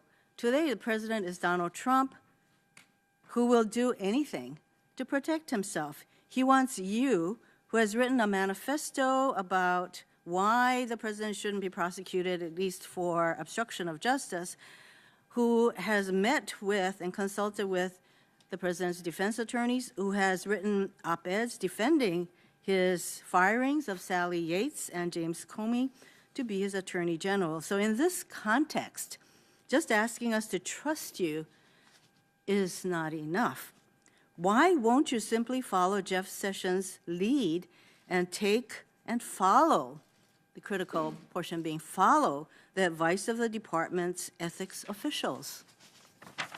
Because the regulations and the responsibilities of the Attorney General as the head of the agency vest that responsibility in the Attorney General. And I am not going to surrender the responsibilities of the Attorney General to get the title. I don't need the title. If you don't trust me to if you have, excuse me, Yeah. you have repeated that answer many, many times. However, I think we all acknowledge that Jeff Sessions possibly didn't want to recuse himself, but he did. And so you have it within your power to follow the ethics advice of your own department, and you're telling us you're not going to. So that is the bottom line. No, Senator, I think Jeff Sessions recused himself because of a different provision, which was the political conflict provision. I think He played a role in the campaign. In the context of all of the things that you have done, basically to get the attention of President Trump to nominate you, I would say that there's a political context to what your decision should be also. Let me move on. You have said that you will allow Mueller to complete his work. Although, you know, I do want to ask you very specifically, because you did write that 19-page memo relating to the obstruction of justice issue. Would you allow the Mueller investigation with regard to obstruction of justice to also go forward unimpeded by you? I don't know whether there's an investigation of obstruction of Well, definitely obstruction of justice. You read the papers as well as we do, that is an element of the Mueller investigation. I don't think you can sit here and tell us that you do not think that that is a part of the investigation. But let's say that it is. Having written what you did, would you seek to stop that portion of the Mueller investigation? That being the obstruction of justice portion, assuming that that is in fact part of the investigation. Okay, but you have to remember, my memo was on a very specific statute and a specific theory that I was concerned about. I have no basis for suspecting at this point that that is in play at all. You mean that particular provision? That Mueller's provision or theory, Well, I did say, let's assume that, in fact, obstruction of justice is part of the Mueller investigation. When I say theory, I mean, what I was addressing was, you know, whether the removal of Comey in and of itself would be obstruction. Of course, it's not in under a and of itself. particular statute. I hate to be interrupted, but, you know, I only have 4 minutes, so thank you very much. You were asked about the investigations that are going on in the Southern District of New York, the Eastern District of Virginia, the District of Columbia, and there are various investigations brought by various U.S. attorneys' offices relating to the activities of Donald Trump, his campaign, his inauguration, his foundation, his businesses, his families, his associates. Do you consider these to be lawful investigations? Because I believe that you responded to Senator Blumenthal that if these are lawful investigations by the U.S. Attorney's offices, that you do not see yourself interfering with them. I have no reason to think they're not lawful investigations, whatever they are. Seem to know more than I do about what's under investigation. That's reassuring that you're wanting to have the Mueller investigation go forward extends to all of these other U.S. Attorney's investigations. I believe you also said that the Mueller report will be confidential. It is confidential under the special counsel's, whatever the criteria are. So what I'm hearing you saying that in spite of the fact that you want to be transparent, neither Congress nor public will get the Mueller report because that's confidential. So what we will be getting is your report of the Mueller report, subject to applicable laws limiting disclosure. So is that what you're telling us? I don't know what at the end of the day, what will be releasable. I don't know what Bob Mueller is writing. Well, you said that the Mueller report is confidential pursuant to whatever the regulations are that applies to him. So I'm just trying to get as to what you're going to be transparent about. As the rules stand now, people should be aware that the rules, I think, say that the independent, the special counsel will prepare a summary report on any prosecutive or declination decisions, and that shall be confidential and shall be treated as any other declination or prosecutive material within the department. In addition, the Attorney General is responsible for notifying and reporting certain information upon the conclusion of the investigation. Now, how these are going to fit together and what can be gotten out there, I have to wait, and I would have to wait. I'd want to talk to Rod Rosenstein and see what he has discussed with Mueller and what's, what. But you have testified that you'd like to make as much of the original Right, and so report all I can say right now open is, as possible. yeah, all I can say right now is my goal and intent is to get as much information out as I can, Thank you. consistent with the regulations. So in the minute that I have, I'd just like to go over some of the policies that Jeff Sessions has followed. One is zero tolerance policy, which led to the separation of children from their parents. He refused to defend the Affordable Care Act and argued in the Texas lawsuit that key parts of the ACA was unconstitutional. He failed to bring a single lawsuit to enforce the Voting Rights Act to stop voter suppression efforts, and he issued a memo making it harder for the Civil Rights Division to enter into consent decrees to address systemic police misconduct. Do you agree with these policies? Do you intend to continue them? Well, the last one, yes, I agree with that policy. The other ones, I'm not, I'd have to see what the basis was for those decisions. So do you think that as to the last one, which has to do with consent decrees, that there is a role for the Department of Justice in addressing systemic police misconduct? No, You don't see much of a role in that, or you no, see that's a your more limited role? That's your characterization of it. That's not what I understand the policy to be. Of course, the department has a role on pattern and practice violations. So the Attorney General Sessions has issued a rule that makes it a lot tougher to enter into these kinds of decrees. Why do you say it's a lot tougher? Because it's not just relying on the career attorneys, that now it goes to the deputy AG or whoever. There are more political appointees who are going to get involved in that process, and that makes it much more limited, I would say, in utilization. Thank you, Mr. Chairman. Arano, we'll take a 10-minute comfort break and start with Senator Tillis. My math is right. We've got about an hour left on round one, so 10 minutes be okay, Mr. Barr? Okay, thank you. Adjourn for 10 minutes.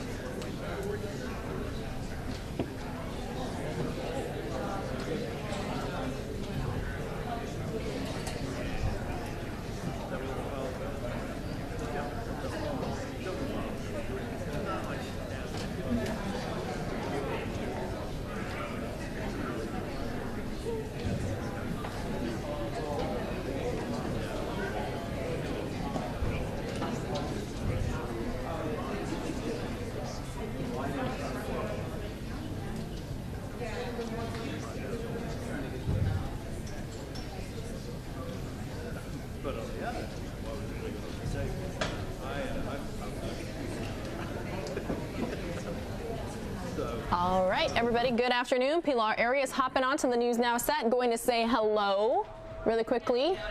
Want to let you all know as well that we will for sure continue to have this Barr confirmation hearing. But again, I want to quickly say hello. We're going to get all caught up with some of the day's top stories and headlines as well while we are in that 10-minute break.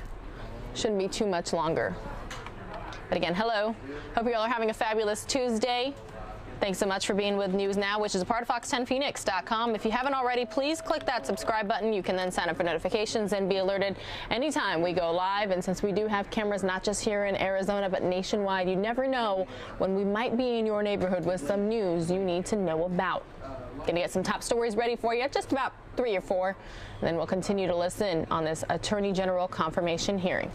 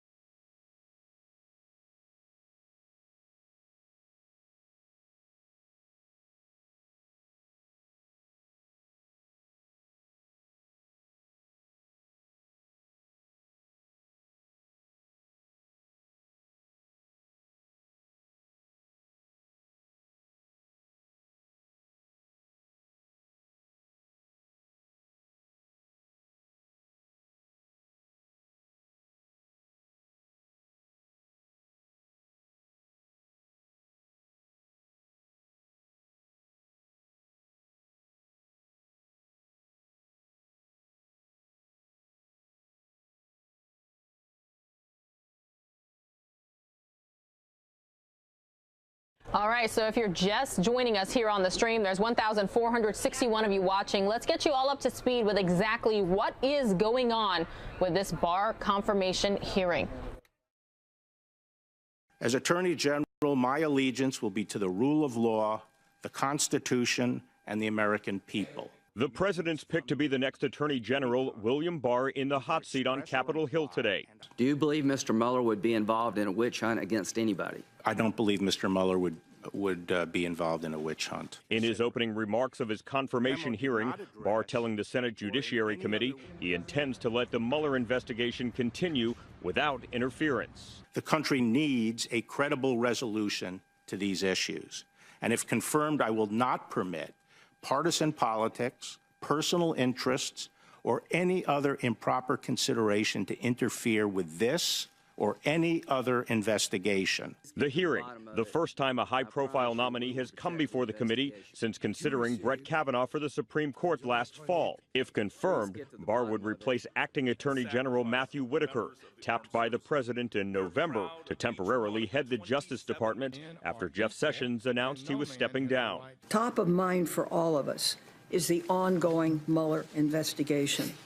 Importantly, the Attorney General must be willing to resist political pressure and be committed to protecting this investigation. If confirmed, this will be William Barr's second stint as Attorney General, a position he held during the George H.W. Bush administration in the early 90s. In Washington, David Spunt, Fox News. All right, for those of you here looking for that hearing live, they are currently on a break. We will bring it right back to you here on the News Now stream as soon as they pick things up again. But we're getting all caught up with some of the day's top stories and headlines from across the country. And this next one is about the alleged kidnapper's family in court. The Kloss alleged kidnapper, that is, Jamie Kloss, the 13-year-old Wisconsin teen who was missing for, I believe the total number was 88 days before police say that she escaped the home she was being held in and got some help. So let's get the latest there out of Wisconsin. Mr. Patterson, what do you think about the allegations against your son? Did you know this was going on at your home? With a shake of his head, Patrick Patterson denied knowing what was going on in the rural Wisconsin home where he raised his children, denied knowing his youngest son was holding a 13-year-old girl captive. In an emotional embrace following the court hearing, the suspect's father and brother console each other. Property records show the dad owned the home until October, when it became property of the bank. Yet the suspect, Jake Patterson, continued to live there. According to the criminal complaint, his father would come to the house, typically on Saturdays. The suspect would make Jamie hide under the bed, barricading her in, and turning up the radio to cover up any noise she might make. As the Pattersons left the courthouse hand in hand, they again said nothing. While on the other end of the parking lot, one of Jake Patterson's public defenders responded to Patterson's admission of guilt. It doesn't stop the process. As I was saying before, I've seen criminal complaints that have had more that didn't stand up. Not saying anything about the validity of this one, but we have an obligation, a professional obligation to pursue things. Pursue all avenues, okay? Well, rain is certainly in and around the Valley of the Sun, what's usually the Valley of the Sun. Here is a live look at our Fox Vision radar. You can see we are expecting more rainfall today, chances around 70%. And look, even Flagstaff, the high country, getting some snow as well. Take a look at current conditions outside right now. Plenty of clouds out there, but it certainly does feel very nice indeed, temperature-wise at least. A couple more top stories for you here while we wait for the Barr hearing to resume. This next one is about mudslides threatening at least one home in Southern California after all the torrential rainfall they got yesterday. A wall of mud came crashing down into this Encino home, filling the guest house with several feet of debris and knocking it off its foundation. Homeowner Joyce Sachs says it's lucky nobody was there. My grandson could have been in the guest house, and that is totally full of mud way up. He lost everything. The slide happened late Monday afternoon after hours of steady rain hit the San Fernando Valley. The fire department says the hillside above the home became so saturated it just gave way, sliding right into the home on Boris Drive. Only Sachs's husband was there. He was in the bedroom, and the whole thing went into the bathroom. Fortunately, it didn't come through that wall. And he said it was very loud, horrible, horrible sound, like a big thunderbolt or something. The Sachs family has left for the night. It's not safe to stay here. Right now, the mud is contained to their home, but a geologist surveying the hillside says a dozen other homes at the bottom of the hill are potentially in the slide zone. We do have LAPD on scene, and we are in unified command with them. If we do need to start an evacuation, we're prepared to do that. Firefighters are concerned about keeping this neighborhood safe, especially with more rain coming over the next few days. Given the amount of saturation we've had already today, it's going to continue to get worse on this hill. For those of you here for the Barr confirmation hearing, here is a live look at that hearing room where they are still on break. So don't worry, we will have it for you here until it ends today on News Now, which is part of Fox10Phoenix.com. Meanwhile, this next top story is about reducing opioid use after C-sections. Let's get the details. You're looking so great. Dr. Julie Gelman is happy to see her patient, Lauren Beckos, is recovering. Every day's been better. The Denver woman delivered baby Abigail 4 weeks ago through C-section at Swedish Medical Center, and afterward she chose not to use any opioids for pain management. I knew that if possible, I wanted to avoid that because I knew about the addiction and because I was nursing. Instead, Dr. Gelman placed a small catheter like this under the muscle that continuously released numbing medicine near the incision. No opioids whatsoever. The On-Q infusion pain pump has a large bulb of medicine that can be carried around and last 3 to 5 days. That, along with Tylenol and ibuprofen, was all that Lauren needed to manage the pain. The pain was okay. The On-Q pump has been used for years for other procedures, but this hospital just recently started using it after C-sections. This is when pregnant moms are starting opioid use, and it could be an addiction problem and a long-term problem, and we're trying to reduce that. Dr. Gelman is glad this is an option she can offer her patients. I've seen lots of patients who like that we are making these changes. And she says cutting back on opioids can also reduce nausea, vomiting, and constipation for those new moms who would rather be focused on their baby. Abigail is so cute. This option is available to C-section patients here at Swedish Medical Center, at Skyridge Medical Center, and at Presbyterian St. Luke's. Kim Posey, Channel 2 News. All right, everyone. Well, got 2 more top stories for you ready to go, and that's A-OK because they are not back yet for the Barr confirmation hearing. This next top story we have for you here on News Now is about a push to ban juvenile solitary confinement. I was in the cell all day, 3 meals, 1 10-minute phone call, and that was it. Marcus Murray, like many teens placed in adult correctional facilities, found himself in isolation. For 72 hours, Marcus sat naked, alone, and afraid. It just felt like it never ended. Solitary confinement, a practice adopted by the American criminal justice system in the 1800s, it's now banned in federal prisons for anyone under the age of 18, which leaves lawyer and youth advocate Jessica Fireman wondering, how then are so many young people like Marcus subject to this treatment at the state and local level? Courts are saying this is too harmful. It's cruel and unusual punishment under the 8th Amendment. So the advocacy effort will be that every state eliminates solitary confinement. Some medical experts agree and support advocates like Fireman urging lawmakers to take into consideration the dangerous mental health impact. It can have long-lasting effects on them.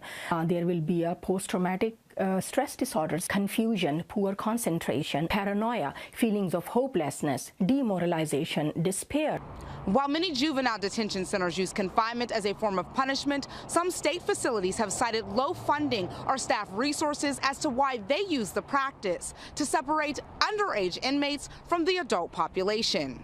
To date, 10 states have passed laws banning or limiting solitary confinement for juveniles. Fireman says this is a step in the right direction, but one that didn't come soon enough for Marcus, who still struggles with emotional and mental scars. I'm always thinking about ever getting in trouble again or ever going back again. Like, it's just like a constant nightmare. Like. In Philadelphia, Talia Kirkland, Fox News. Thank you, Mr. Chairman. Mr. Barr, do you know of any instance in which anybody has tried to interfere in Mr. Mueller's investigation? No, I mean, I'm not in the Department of Justice, and I have no, I'm not privy to that information, but I don't know of any. I understand you know Mr. Mueller, do you? Yes, I do. Is he big enough to take care of himself? He's a Marine. Yeah. If someone had tried to interfere with his investigation, based on your knowledge of Mr. Mueller, would he have something to say about it, including but not limited to in a court of law? Yes, Senator.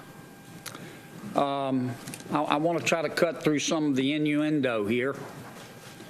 Did President Trump instruct or ask you, once you become Attorney General, to fire Mr. Mueller? Absolutely not. Did he ask you to interfere in Mr. Mueller's investigation? Absolutely not. Has anybody in the White House made that suggestion to you? Absolutely not. Has anybody in the Western Hemisphere made that suggestion to you? Absolutely not. Okay.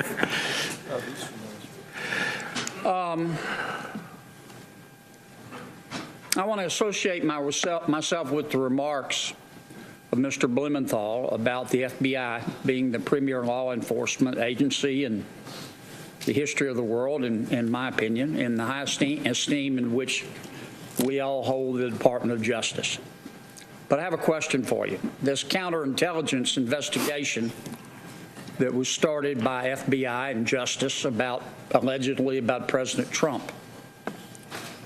How did the New York Times get that information? I don't know, Senator. Well, didn't it have to come from the FBI or the Department of Justice? I just can't say. I don't know how they got it, and I don't know whether that's an accurate report. Right. What do you intend to do about the leaks coming out of the FBI and the Department of Justice? The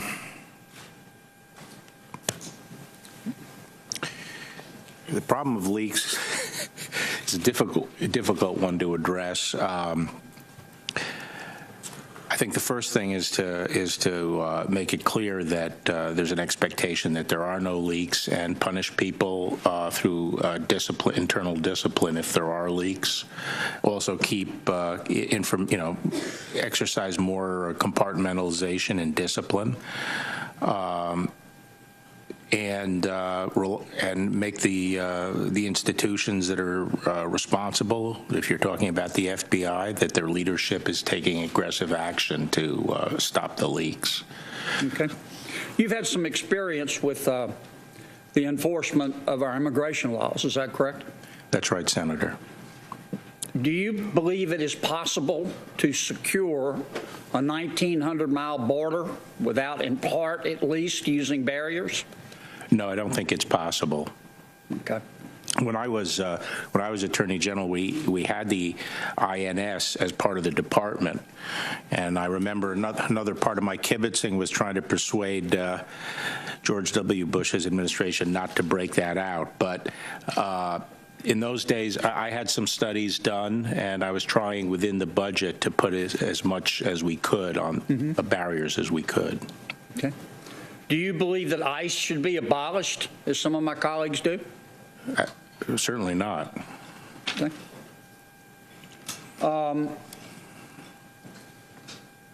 You're Roman Catholic, are you not? Yes, I am.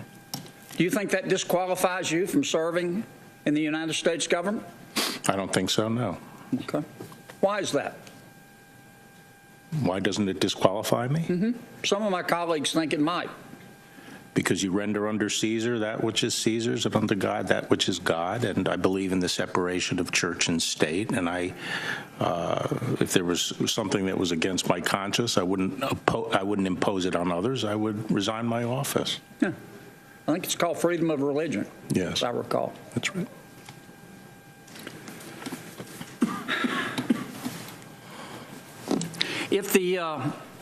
If the federal government threatens to withhold federal money from a university, if that university doesn't investigate, prosecute, punish sexual assault in a way prescribed by the federal government,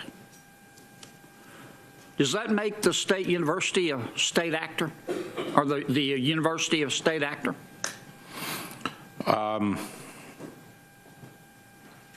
It may. I would have to look at the cases. I'm not up to speed on those, but I would think so.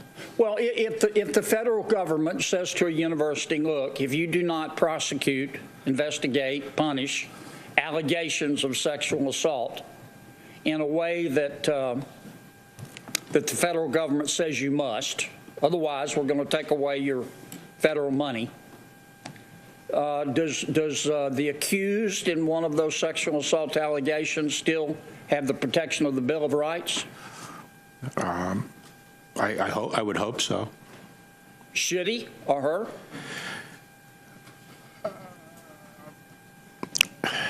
I'd have to look and see exactly the state actor law right now. But what you're getting at is,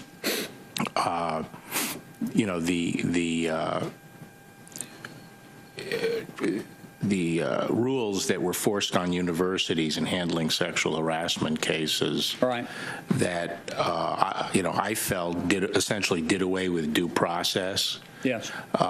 And,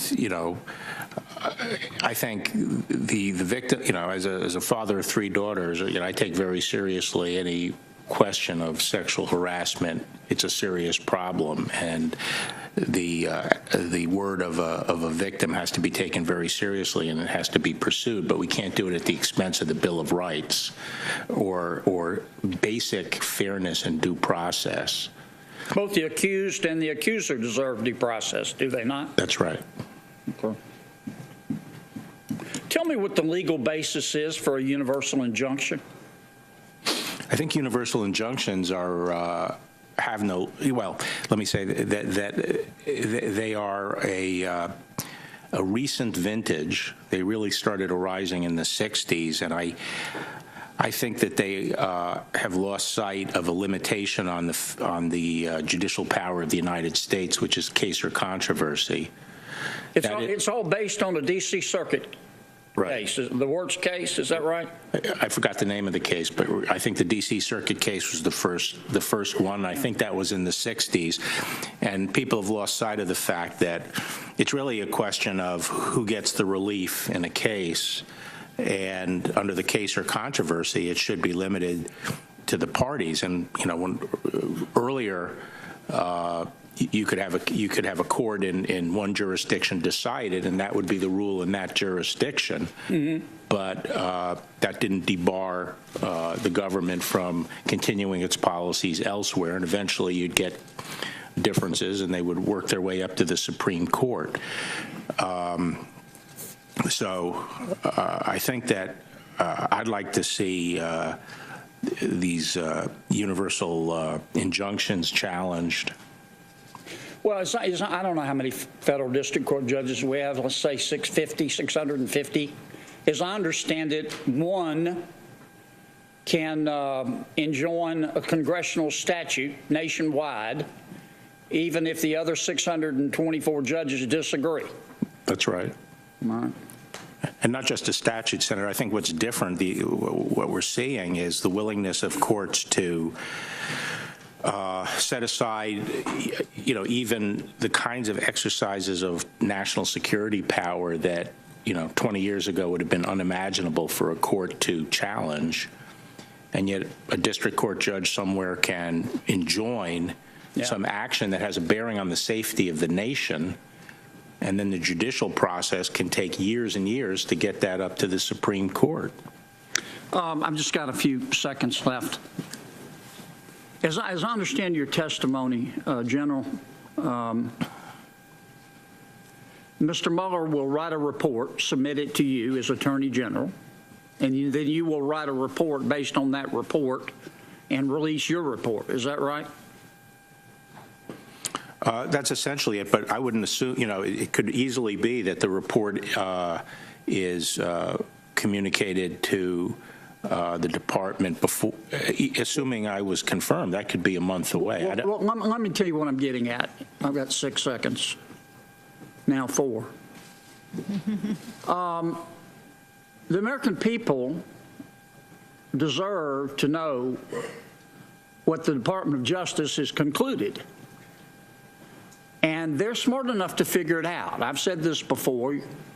The American people don't read Aristotle every day. They're too busy earning a living. But if you give them the facts, they'll figure it out, and they'll draw their own conclusions. Doesn't matter who spins them. They'll figure it out for themselves. And I would strongly encourage you to put this all to rest,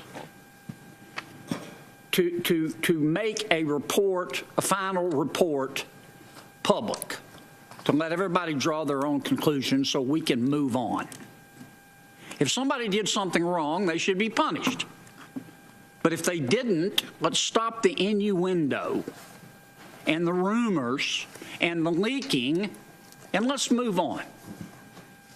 I agree, Senator. And let me say, earlier I misspoke because the acting Attorney General is Matt Whitaker, and I referred to Rod as the acting Attorney General, but in fact, the report would go to Matt Whitaker. Thank you, Mr. Chairman. Thank you, Mr. Chairman. And I would like to remark, Mr. Barr, that your family is showing a prodigious level of patience, indefatigable endurance, and that should be marked for the record. You're a very lucky man.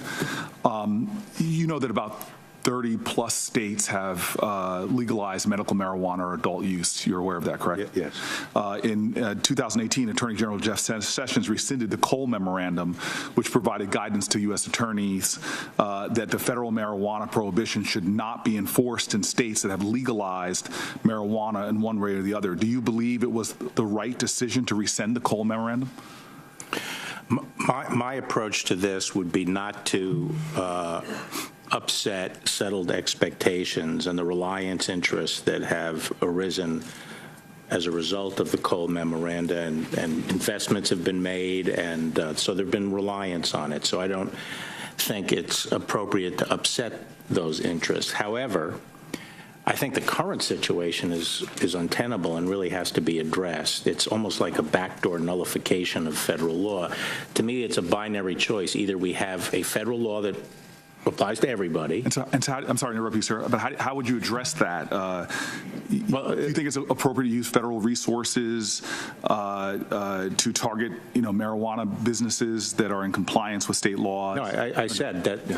That's what I said. I'm not going to go after companies that have relied on the Cole Memoranda. However, we either should have a federal law that prohibits marijuana everywhere, which I would support myself, because I think it's a mistake to back off on marijuana. However, if we want a federal approach, if we want states to have their own laws, then let's get there, and let's get there the right way. And if you don't mind, I'm going to just move on. But it's good to hear at least the first part of what you said.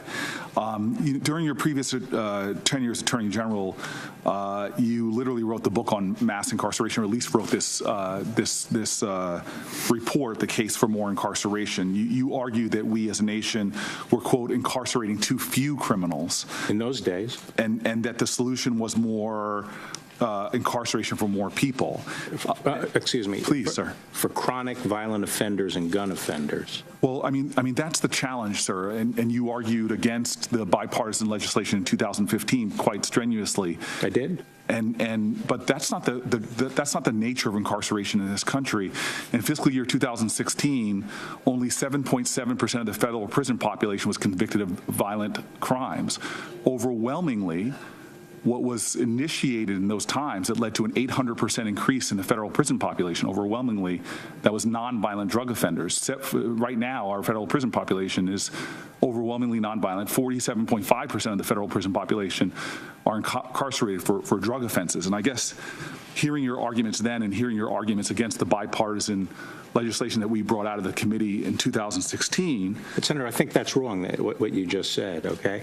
I think when you have violent gangs in the city, killing people, murder, and so forth and so on, sometimes the most readily provable charge is their drug trafficking offenses, rather than proving culpability of the whole gang for murder. So you can take out a gang on drug offenses, and you could be taking out a lot of violent offenders. Do you think that the murders in Chicago are they're related to gangs, and again, gangs involved in and we can get into the data if you'd like, and I'd like to get some more pointed questioning. But this is the sort of these are sort of the tropes that make people believe that in inner cities we should have such profound incarceration rates. And I'd like to ask you specifically about that data, because I think it's language like that makes me kind of concerned and worried.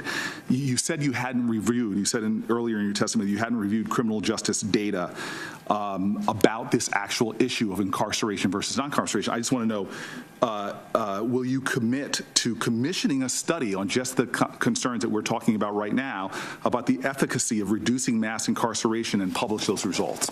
Would you be willing to do such a study yourself? Well, as I understand it, I've been told that there's a lot of data to support the First Step Act. Yeah, and that First Step Act goes directly towards addressing a lot of the problems we've had in mass incarceration. And so if you're saying that it is necessary to deal with violence in communities by over-incarcerating, here's a bipartisan group of senators that's working towards reducing mass incarceration. And that's why I think it's very important, which I appreciate you saying you didn't know because you hadn't reviewed the data.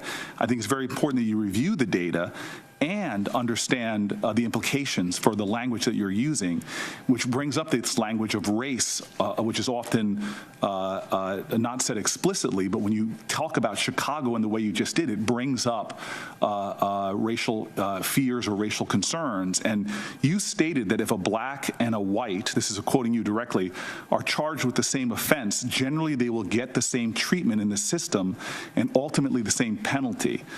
You previously quoted, and I quote you again, there's no statistical evidence that there of racism in the criminal justice system. Do you still believe that? No, what I said was that I think that's taken out of a broader quote, which is the whole criminal justice system involves both federal but also state, local justice systems. And I said there's no doubt that there are places where there is racism still in the system. But I said overall, I thought that as a system, it's working. It's not predicated on. So can I press you on that? Overall, the system treats blacks and whites fairly. From my own experience, I've lived in affluent communities. I've gone to the college campuses with you. There are certain drug laws applied there that's very different than the inner city community in which I live. But let's talk stats. Let's not talk our personal experiences.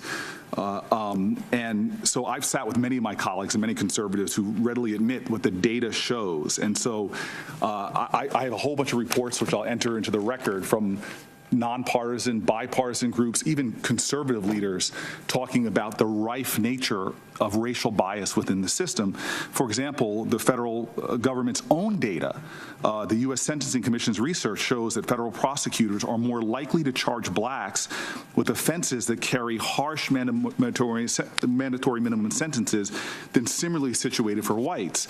The federal government's own data shows that black defendants were subject to 3-strike sentencing enhancements at a statistically significantly higher rate, which added on average over 10 years to their sentences. And so with numerous researchers having found stunning racial disparities rife throughout our system and in the federal system, which you will be the chief law enforcement officer of, and primarily for overwhelmingly for drug laws. For example, I don't know if you're aware or not of the Brookings study that found that blacks are 3.6 times more likely to be arrested for selling drugs, despite the fact that whites are actually more likely to sell drugs in the United States of America, and blacks are 2.5 times more likely to be arrested for possession of drugs when there is no difference racially in America for the usage and possession of drugs in the United States. I don't know if are you familiar with the Brookings study? No, I'm not. Okay, so just to follow up, will you commit to commissioning a study examining racial disparities and disparate impacts of the policies that you talked about that led to mass incarceration, the policies that you defended when you criticized the bipartisan 2015 sentencing reform legislation? Will you commit to, at least as the most important law enforcement officer in the land, to studying those well-documented racial disparities and the impacts it has? Of course I'll commit to studying that, and I'll have the Bureau of Justice Statistics pull together everything they have, and if there's something lacking, I'll get that, and I'm interested in the state experience. But when I looked at this, I think 1992 was a different time, Senator. The crime rate had quintupled over the preceding 30 years, and it peaked in 1992. And it's been coming down since 1992. And sir, I just want to tell you, I was a young black guy in 1990s. I was a 20-something-year-old.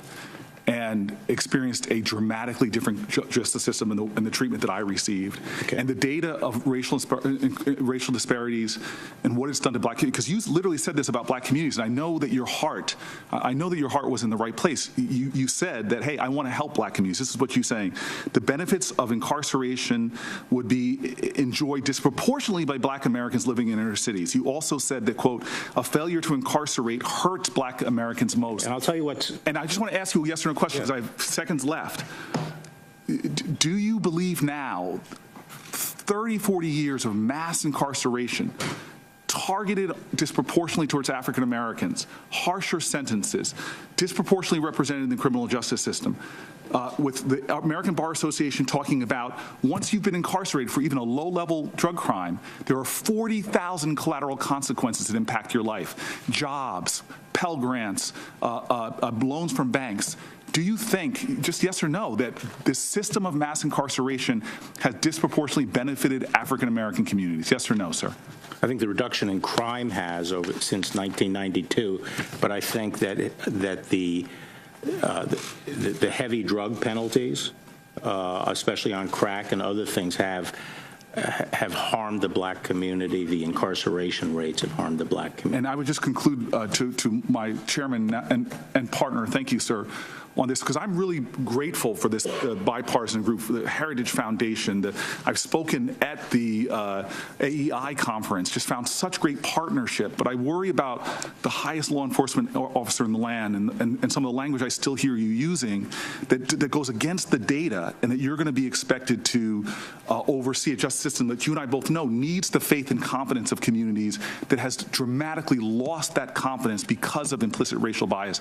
And the DOJ, and I'll give you a chance to respond, the DOJ itself has said, mandated implicit racial bias training, and I hope that's something that you will agree to do. But this is the thing I'll conclude on, is that we live on a planet Earth where you can tell the most about a nation by who they incarcerate. In Turkey, they incarcerate journalists. Thank God we don't do that here, even though they've been called the enemy of the people. In Russia, they incarcerate political opponents. I'm glad we don't do that, even though with chance of lock her up.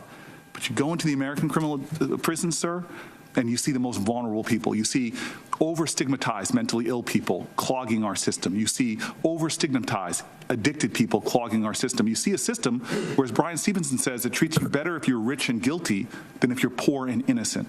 And you see disproportionately, overwhelmingly for drug crimes, African Americans and Latinos being incarcerated.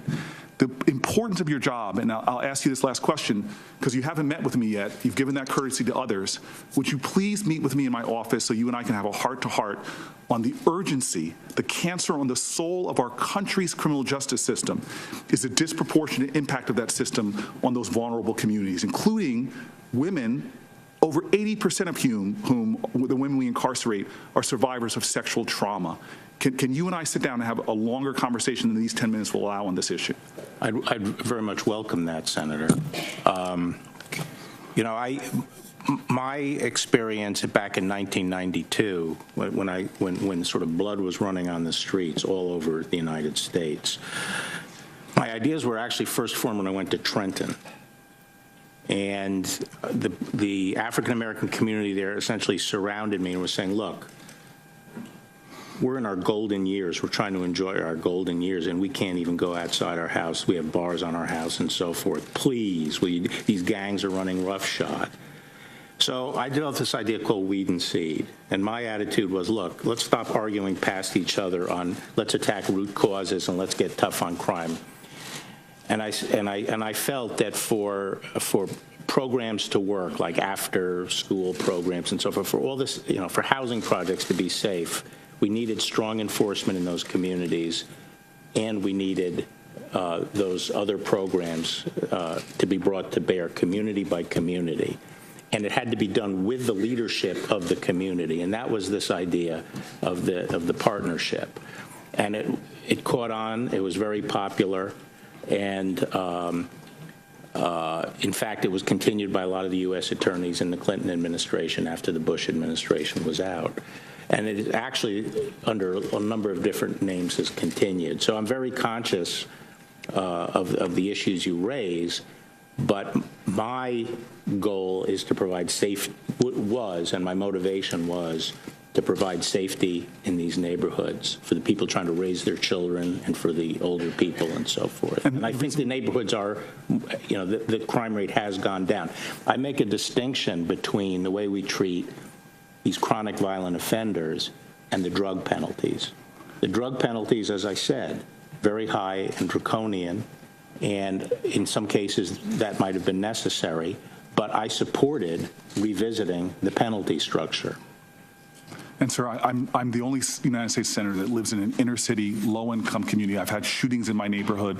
A young man killed last year on my block with an assault weapon. I know this urgent need for safety and security, and I'm not saying I'm necessarily going to vote for you one way or the other, but I believe your intentions are well, but I think that some of the things you've said in the past lead me to believe that your policies might be misguided in the way that Mike Lee and Cornyn and Graham and Grassley have been incredible partners in changing the American reality.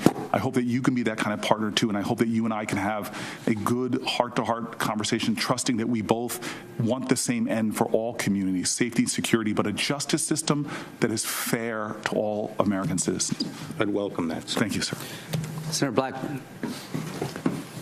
Thank you, Mr. Chairman, and we appreciate your time today, Mr. Barr, and that of your family. I told Liam that Grandpa ought to give him whatever he wants to eat for dinner tonight. He has behaved very well and done a great job. Going back to something that Senator Kennedy mentioned on leaks, and you said you would address that by compartmentalization. Talk for just a little bit about your vision for the Department of Justice as you look at implementing first steps, addressing violent crime, dealing with the opioids, dealing with the online sex trafficking, the antitrust issues, the Mueller investigation, all the things we've talked about. How do you intend to lead that department that is very different from the DOJ that you led previously?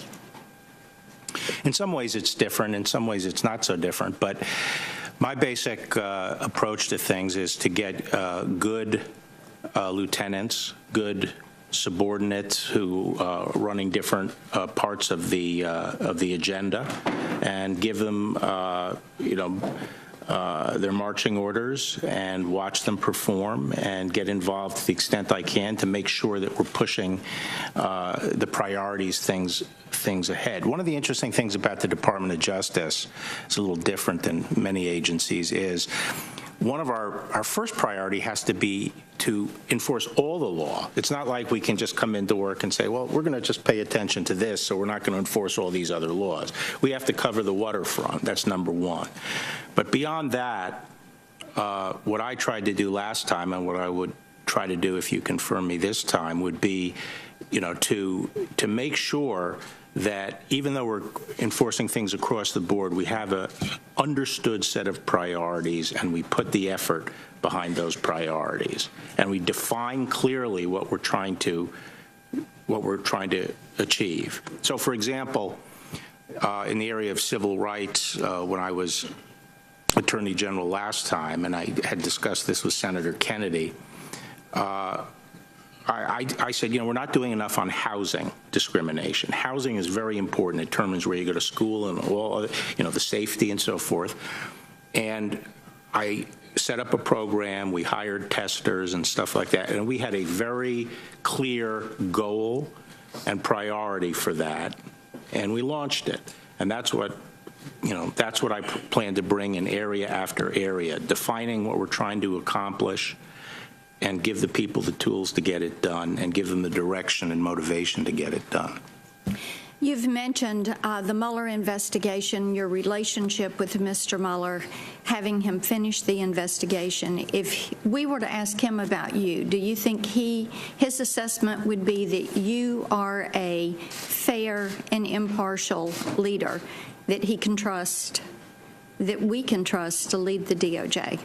I hope he would say that, but I'm not going to put words in his mouth. Yeah, we talked about technology and my interest in that area, and you've had Mr. Lee and Mr. Hawley have also talked about antitrust and some of the enforcement there.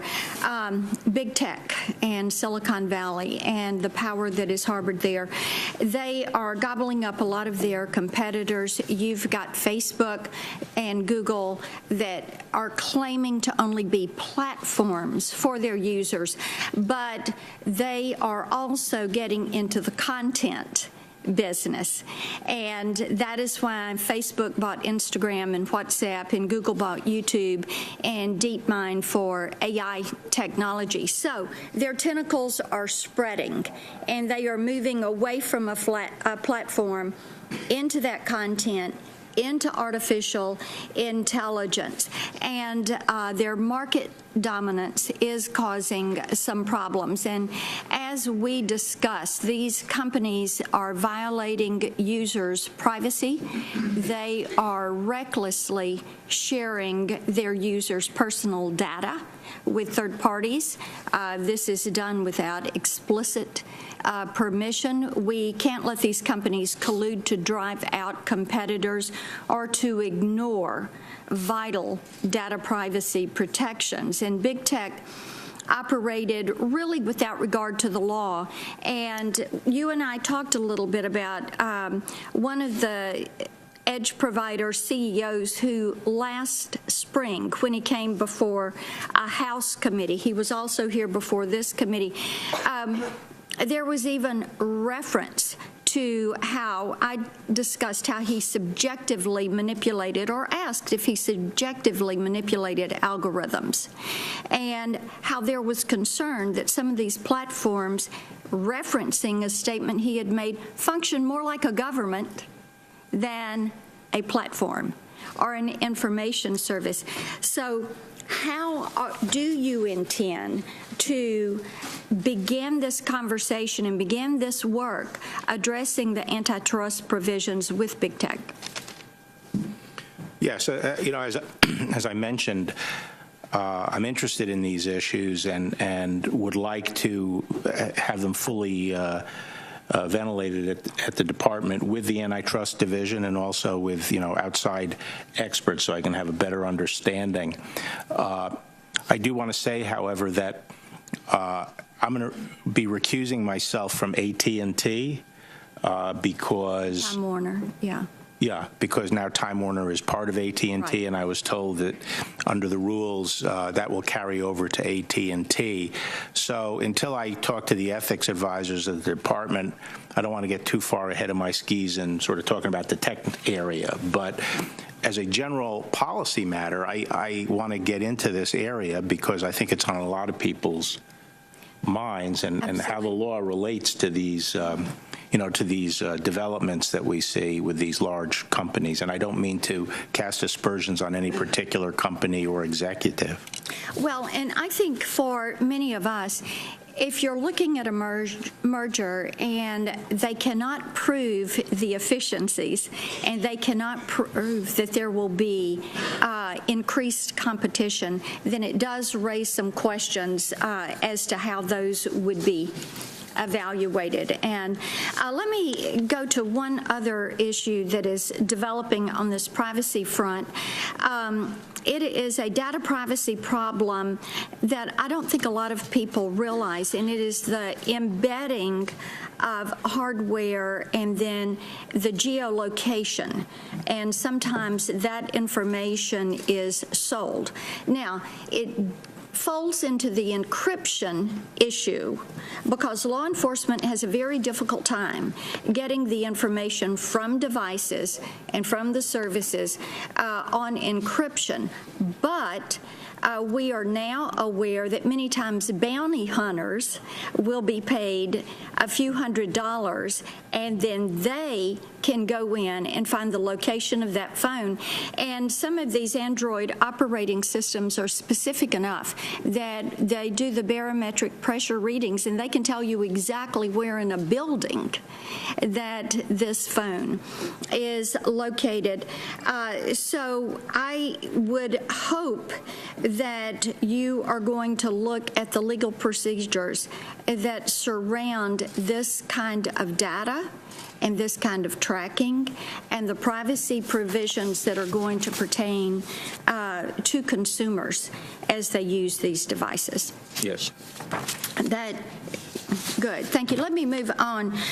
Senator Ernst talked a little bit about the online sex trafficking. In Tennessee, we have followed this issue so closely because our TBI carried out an operation where they apprehended 22 traffickers.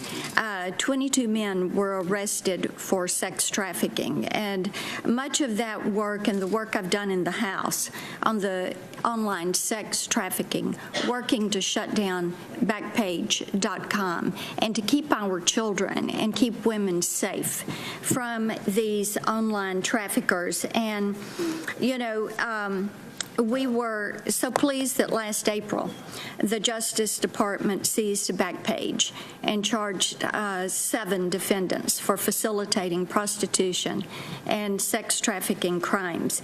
And what we know is that when you shut down a site like Backpage, the big one, then you have a lot of small sites that proliferate.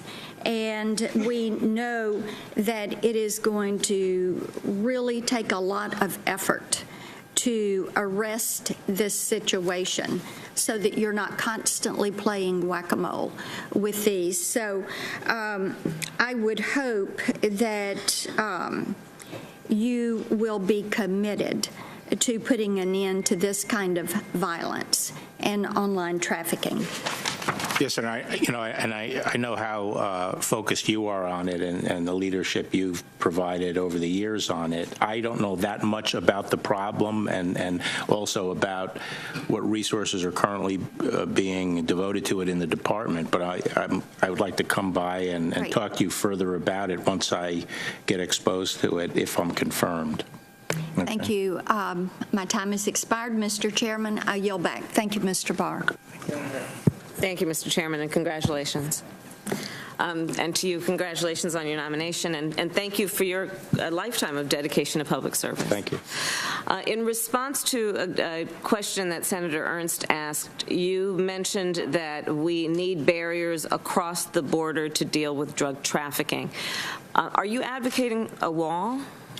Well, I think I'm advocating a system, a barrier system. In some places, and I'd have to find out more about the situation since I last visited the border. From what you know, or do you believe that a wall would address the concern that you have about drug trafficking? Well, a wall certainly would, but in some places it may not be necessary to have, what most people imagine as a wall. Are you aware that most of the drugs coming into the United States, in particular through Mexico, are entering through ports of entry? Yes, but they also come elsewhere, and so do illegal immigrants cross the border. And but basically, in particular on the subject of drug trafficking, are you aware that most of the drugs that are trafficked into the United States enter through points of entry? Yes. Have you recently or ever visited a point of entry, a port of entry in the United States? Not recently. When was I used the last to spend time? a lot of time, well, when I was Attorney General. So a couple decades ago. Almost 30 years. Okay. I'd urge you to visit again if and when you are confirmed. I think you'll see that a lot has changed over the years. Given status quo on marijuana and the fact that 10 states, including the District of Columbia, have legalized marijuana, and given that the status quo is what it is, and as you rightly described, we have federal laws and then there are various states that have different laws. If confirmed, are you intending to use the limited federal resources at your disposal to enforce federal marijuana laws in the states that have legalized marijuana? No, I thought I answered that by saying that to the extent people are complying with the state laws, in distribution and production and so forth, we're not going to go after that. Okay. But I do feel we can't stay in the current situation because, if you can imagine any kind of situation, can an existing administration and an attorney general start cutting deals with states to say, well, we're not going to apply the federal law, some gun law or some other thing, and say, we're not going to apply it in your state. I appreciate your point, but specifically, and I appreciate you answering the question, you do not intend to use the limited federal resources at your disposal to enforce federal marijuana laws in those states or in the District of Columbia that have legalized marijuana. That's right, but I think the Congress of the United States, it's incumbent on the Congress to regularize, make a decision as to whether we're going to have a federal system or whether it's going to be, a central federal law, because this is breeding disrespect for the federal law. I agree with you. I believe Congress should act. I agree. Earlier today, Senator Leahy asked whether you would follow the recommendation of career Department of Justice ethics officials on whether you should recuse yourself from the Mueller investigation. You said, quote, "I will seek the advice of the career ethics personnel, but under the regulations, I make the decisions as the head of the agency as to my own recusal." You also said to Senator Klobuchar that you do not want to, quote, "abdicate your duty," since recusal decision would be yours. So my question is, would it be appropriate to go against the advice of career ethics officials that have recommended recusal? And can you give an example of under what situation or scenario you would go against their recommendation that you recuse yourself? Well, there are different kinds of recusals. Some are mandated, for example, if you have a financial interest, but there are others that are judgment calls. And let's imagine it's a judgment call, and the judgment by the career ethics officials in the agency are that you recuse yourself. Under what scenario would you not follow their recommendation? If I disagreed with it. And what would the basis of that disagreement be? I came to a different judgment. On what basis? The facts. Such as? Such as whatever facts are relevant to the recusal. What do you imagine the facts would be that are relevant to the recusal? They could be innumerable. I mean, there are a lot of, for example, there's a rule of necessity, like who else would be handling it. It could be. Do you believe that would be a concern in this situation if you are, if the recommendation is that you recuse yourself from the Mueller investigation? Do you believe that would be a concern, that there'd be no one left to do the job? Just saying, well, in some contexts, there very well might be because of, who's confirmed for what and who's in what position. But apart from that, it's a judgment call, and the Attorney General is the person who makes the judgment, and that's what the job entails. As a general matter, that's true, but specifically on this issue, under what scenario would you imagine that you would not follow the recommendation of the career ethics officials in the Department of Justice to recuse yourself from the Mueller investigation? If I disagreed with them. Okay. We'll move on. Senator Feinstein previously asked you whether you'd put your June 2018 memo, whether you put together that memo based on non-public information. Your response was that you, quote, "did not rely on confidential information." Are you creating a distinction between non-public information and confidential information? No. Okay. In response to a question from Senator Durbin about harsh sentencing laws, you stated in response to the crack epidemic that community leaders, back when you were Attorney General previously, asked for these types of sentencing laws. Now, my understanding is that many of these community leaders at that time, and I was a young prosecutor during those days, knew and said even then that the crack epidemic was a public health crisis, and that was really the chorus coming from community leaders, not that they wanted drug-addicted people to be locked up. And similarly, now we can find that in most of the communities afflicted by the opioid crisis, they are similarly, these community leaders, asking that it be addressed for the public health crisis that it is.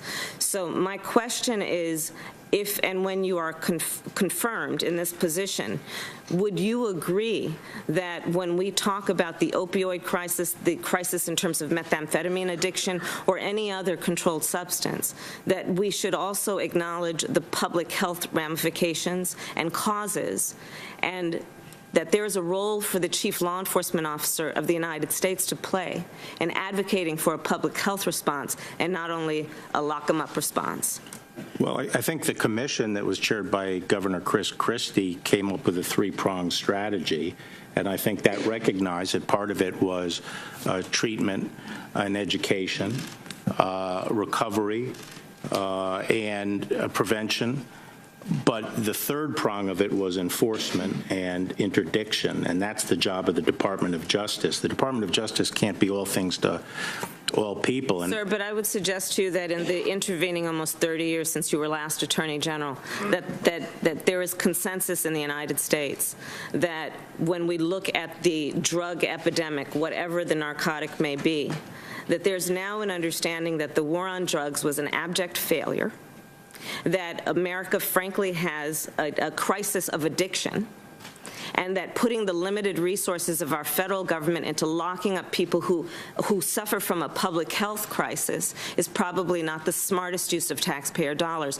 So if confirmed, I'd ask that you take a look at the more recent perspective on the drug crisis that is afflicting our country. And then I'll move on. Today, there is $1 billion. Can I just say something in response to that? Sure. Which is, I was just making the observation that the job of the Department of Justice is enforcement. I recognize there are a lot of dimensions to the problem, and that's why we have places like HHS. The department can't do the job of everybody. Sir, but I would remind you what you said, because I agree with it. You said earlier the role of the Attorney General, one, is to enforce the rule of law, 2 is a legal advisor to the President and the Cabinet, and 3 is policy. This is a policy issue, so I'd urge you to emphasize that role and power that you will have if confirmed, and think of it that way. I see. I'd like to talk with you about private prisons. There's a $1 billion private prison industry that profits off of incarcerating people, and frankly as many as possible. By one estimate, the 2 largest private prison companies in the United States make a total combined profit of $3.3 billion. That's what it'd be, dollars a year. In August of 2016, the Justice Department issued a report on the Bureau of Prisons' use of private prisons that concluded, quote, contract prisons incurred more safety and security incidents per capita than comparable Bureau of Prisons institutions. Given this conclusion that prisons run by for-profit companies have been found to be less safe than government-run prisons, if confirmed, will you commit to no longer renew private prison contracts? Whose report was this? BOP? This was, yes, from the Justice Department. Yeah, I'd like to, I would obviously look at that report. Yes. Okay, and then... But I'm not committing. I mean, I'd want to see what the report says. Sure. Yeah. And then I'd appreciate a follow-up when you have a chance to read it. Thank you. My time's up.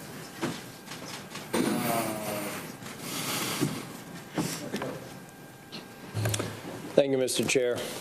Mr. Barr, thank you for being here, and Liam, your granddaddy's doing good. Mr. Barr, I want to go back because it's a long time. I think I'm the last person in the first round, so I think we have to go back and maybe have you restate some things that you said earlier before I get to a few other things that I hope I have time to cover on intellectual property, Americans with Disability Act, and a GAO report back from 2014. I do have to ask a question while Senator Kennedy's here, because I don't think he covered the full landscape. He asked about anybody in government, anyone in the Western Hemisphere, but did you in fact talk to anybody in the Eastern Hemisphere with respect to the Mueller probe? No, I didn't. Okay, thank you. We got that. Ask him about the Milky Way. We got that closed out. Would you go back again and please describe for me the first off, I think you've made it very clear, in spite of the fact some people thought that you had coaching and some of the citations in the memo that you read, that this was a memo you wrote on your own. Can you explain to me again the motivation behind the memo, what precisely you were trying to communicate, just for the record? Yes, Senator. So the public commentary and media commentary was sort of dominated by discussion of obstruction of justice, and everyone was throwing out obstruction theories and so forth. And the statute that relates to obstructing a proceeding that's not yet in being, that is some future proceeding, is 1512. And my view was of the particular provision, 1512C, was that it requires, what it covers is obstruction by means of impairing evidence, that you know some evidence is going to be needed in a future proceeding, and you impair it either by making it not available or by corrupting it in some way, altering it, destroying it. That's what I thought the scope of that statute dealt with. And to my knowledge, the only cases ever brought under it involved the destruction of evidence. Based on public reports, which may be completely wrong, I thought that it was being that the special counsel may be trying to interpret the statute to say that any act not destruction of evidence or anything, but any act that influences a proceeding is a crime if it's done with a bad intent. My concern there is that unlike something like bribery statute or document destruction where you prohibit it, that's a bad act. You don't need to be performing that bad act if you're a government official. But if you say that any act that influences a proceeding is a crime if you have a bad state of mind, that's what the people at Justice Department do every day of the week, is influence proceedings. That's what they're there for. And what I was worried about is the impact on the department and other agencies if you say to someone, if you, in supervising a case or handling a case, make a decision for a bad intent, it can be a crime. And I thought that that would essentially paralyze the government. So just to give an example, you know, Eric Holder made some pardon recommendations during the Clinton administration, which were controversial. Incidentally, I supported Eric Holder for his position. But could someone come along then later and say, well, if you did that for a political reason to help Hillary Clinton run in New York, that's a crime? And when he's exercising his prerogatives, you know, in that situation, and you can just see how that could paralyze government, and that was my concern. You also referred to your concerns with the prosecution of Senator Menendez. Did that weave into that same thought process? Yes, because in that case, my concern was that they were basically taking activities that were not, you know, wrongful acts in themselves. You know, the political contributions were lawful political contributions, and the things with, you know, the travel on his friend, that was his friend for 25 years. They were taking a trip together. And you take those kinds of things and then you couple it with official action, and then the prosecutor comes along and says, well, we're going to look into your mind and see what your subjective intent was for performing these two sets of lawful acts, and we're going to say, you know, that you're corrupt. Good. So I just think that gives too much power to the prosecutor, and I think if that kind of, and by the way, you know, they've had cases like this for, you know, I mean, they've been pursuing things like this, and they've had to be slapped down a few times by the Supreme Court on these kinds of aggressive things involving, you know, quid pro quos on the Hill. So let me, if I can, thank you. I just thought it was helpful because I think you tried to explain a lot of that and you were cut off, so I thought I'd use some of my time in the first round to ask you that.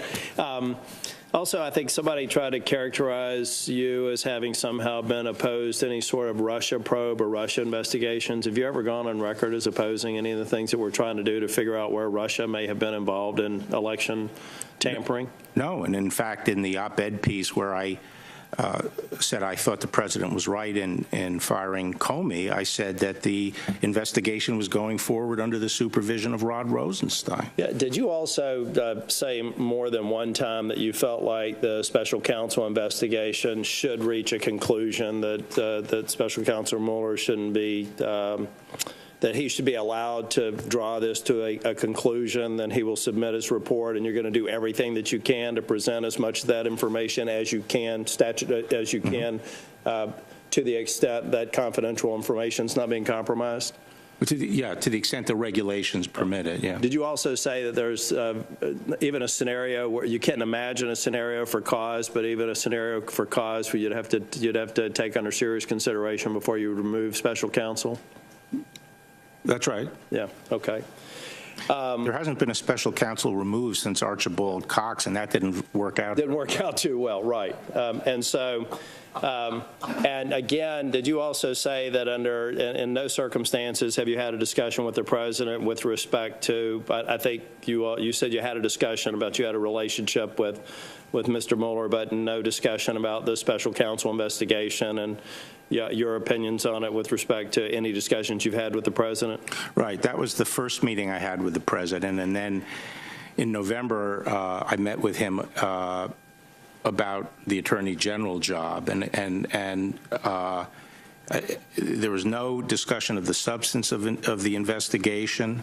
The president didn't ask me my views about any aspect of the investigation, and he didn't ask me about what I would do about anything in the investigation. With respect to the line of questioning about the states that have legalized marijuana, either for medicinal purposes or recreational purposes, I think what you were trying to say in a very, very respectful way is it's not your job to do our job. Is that right?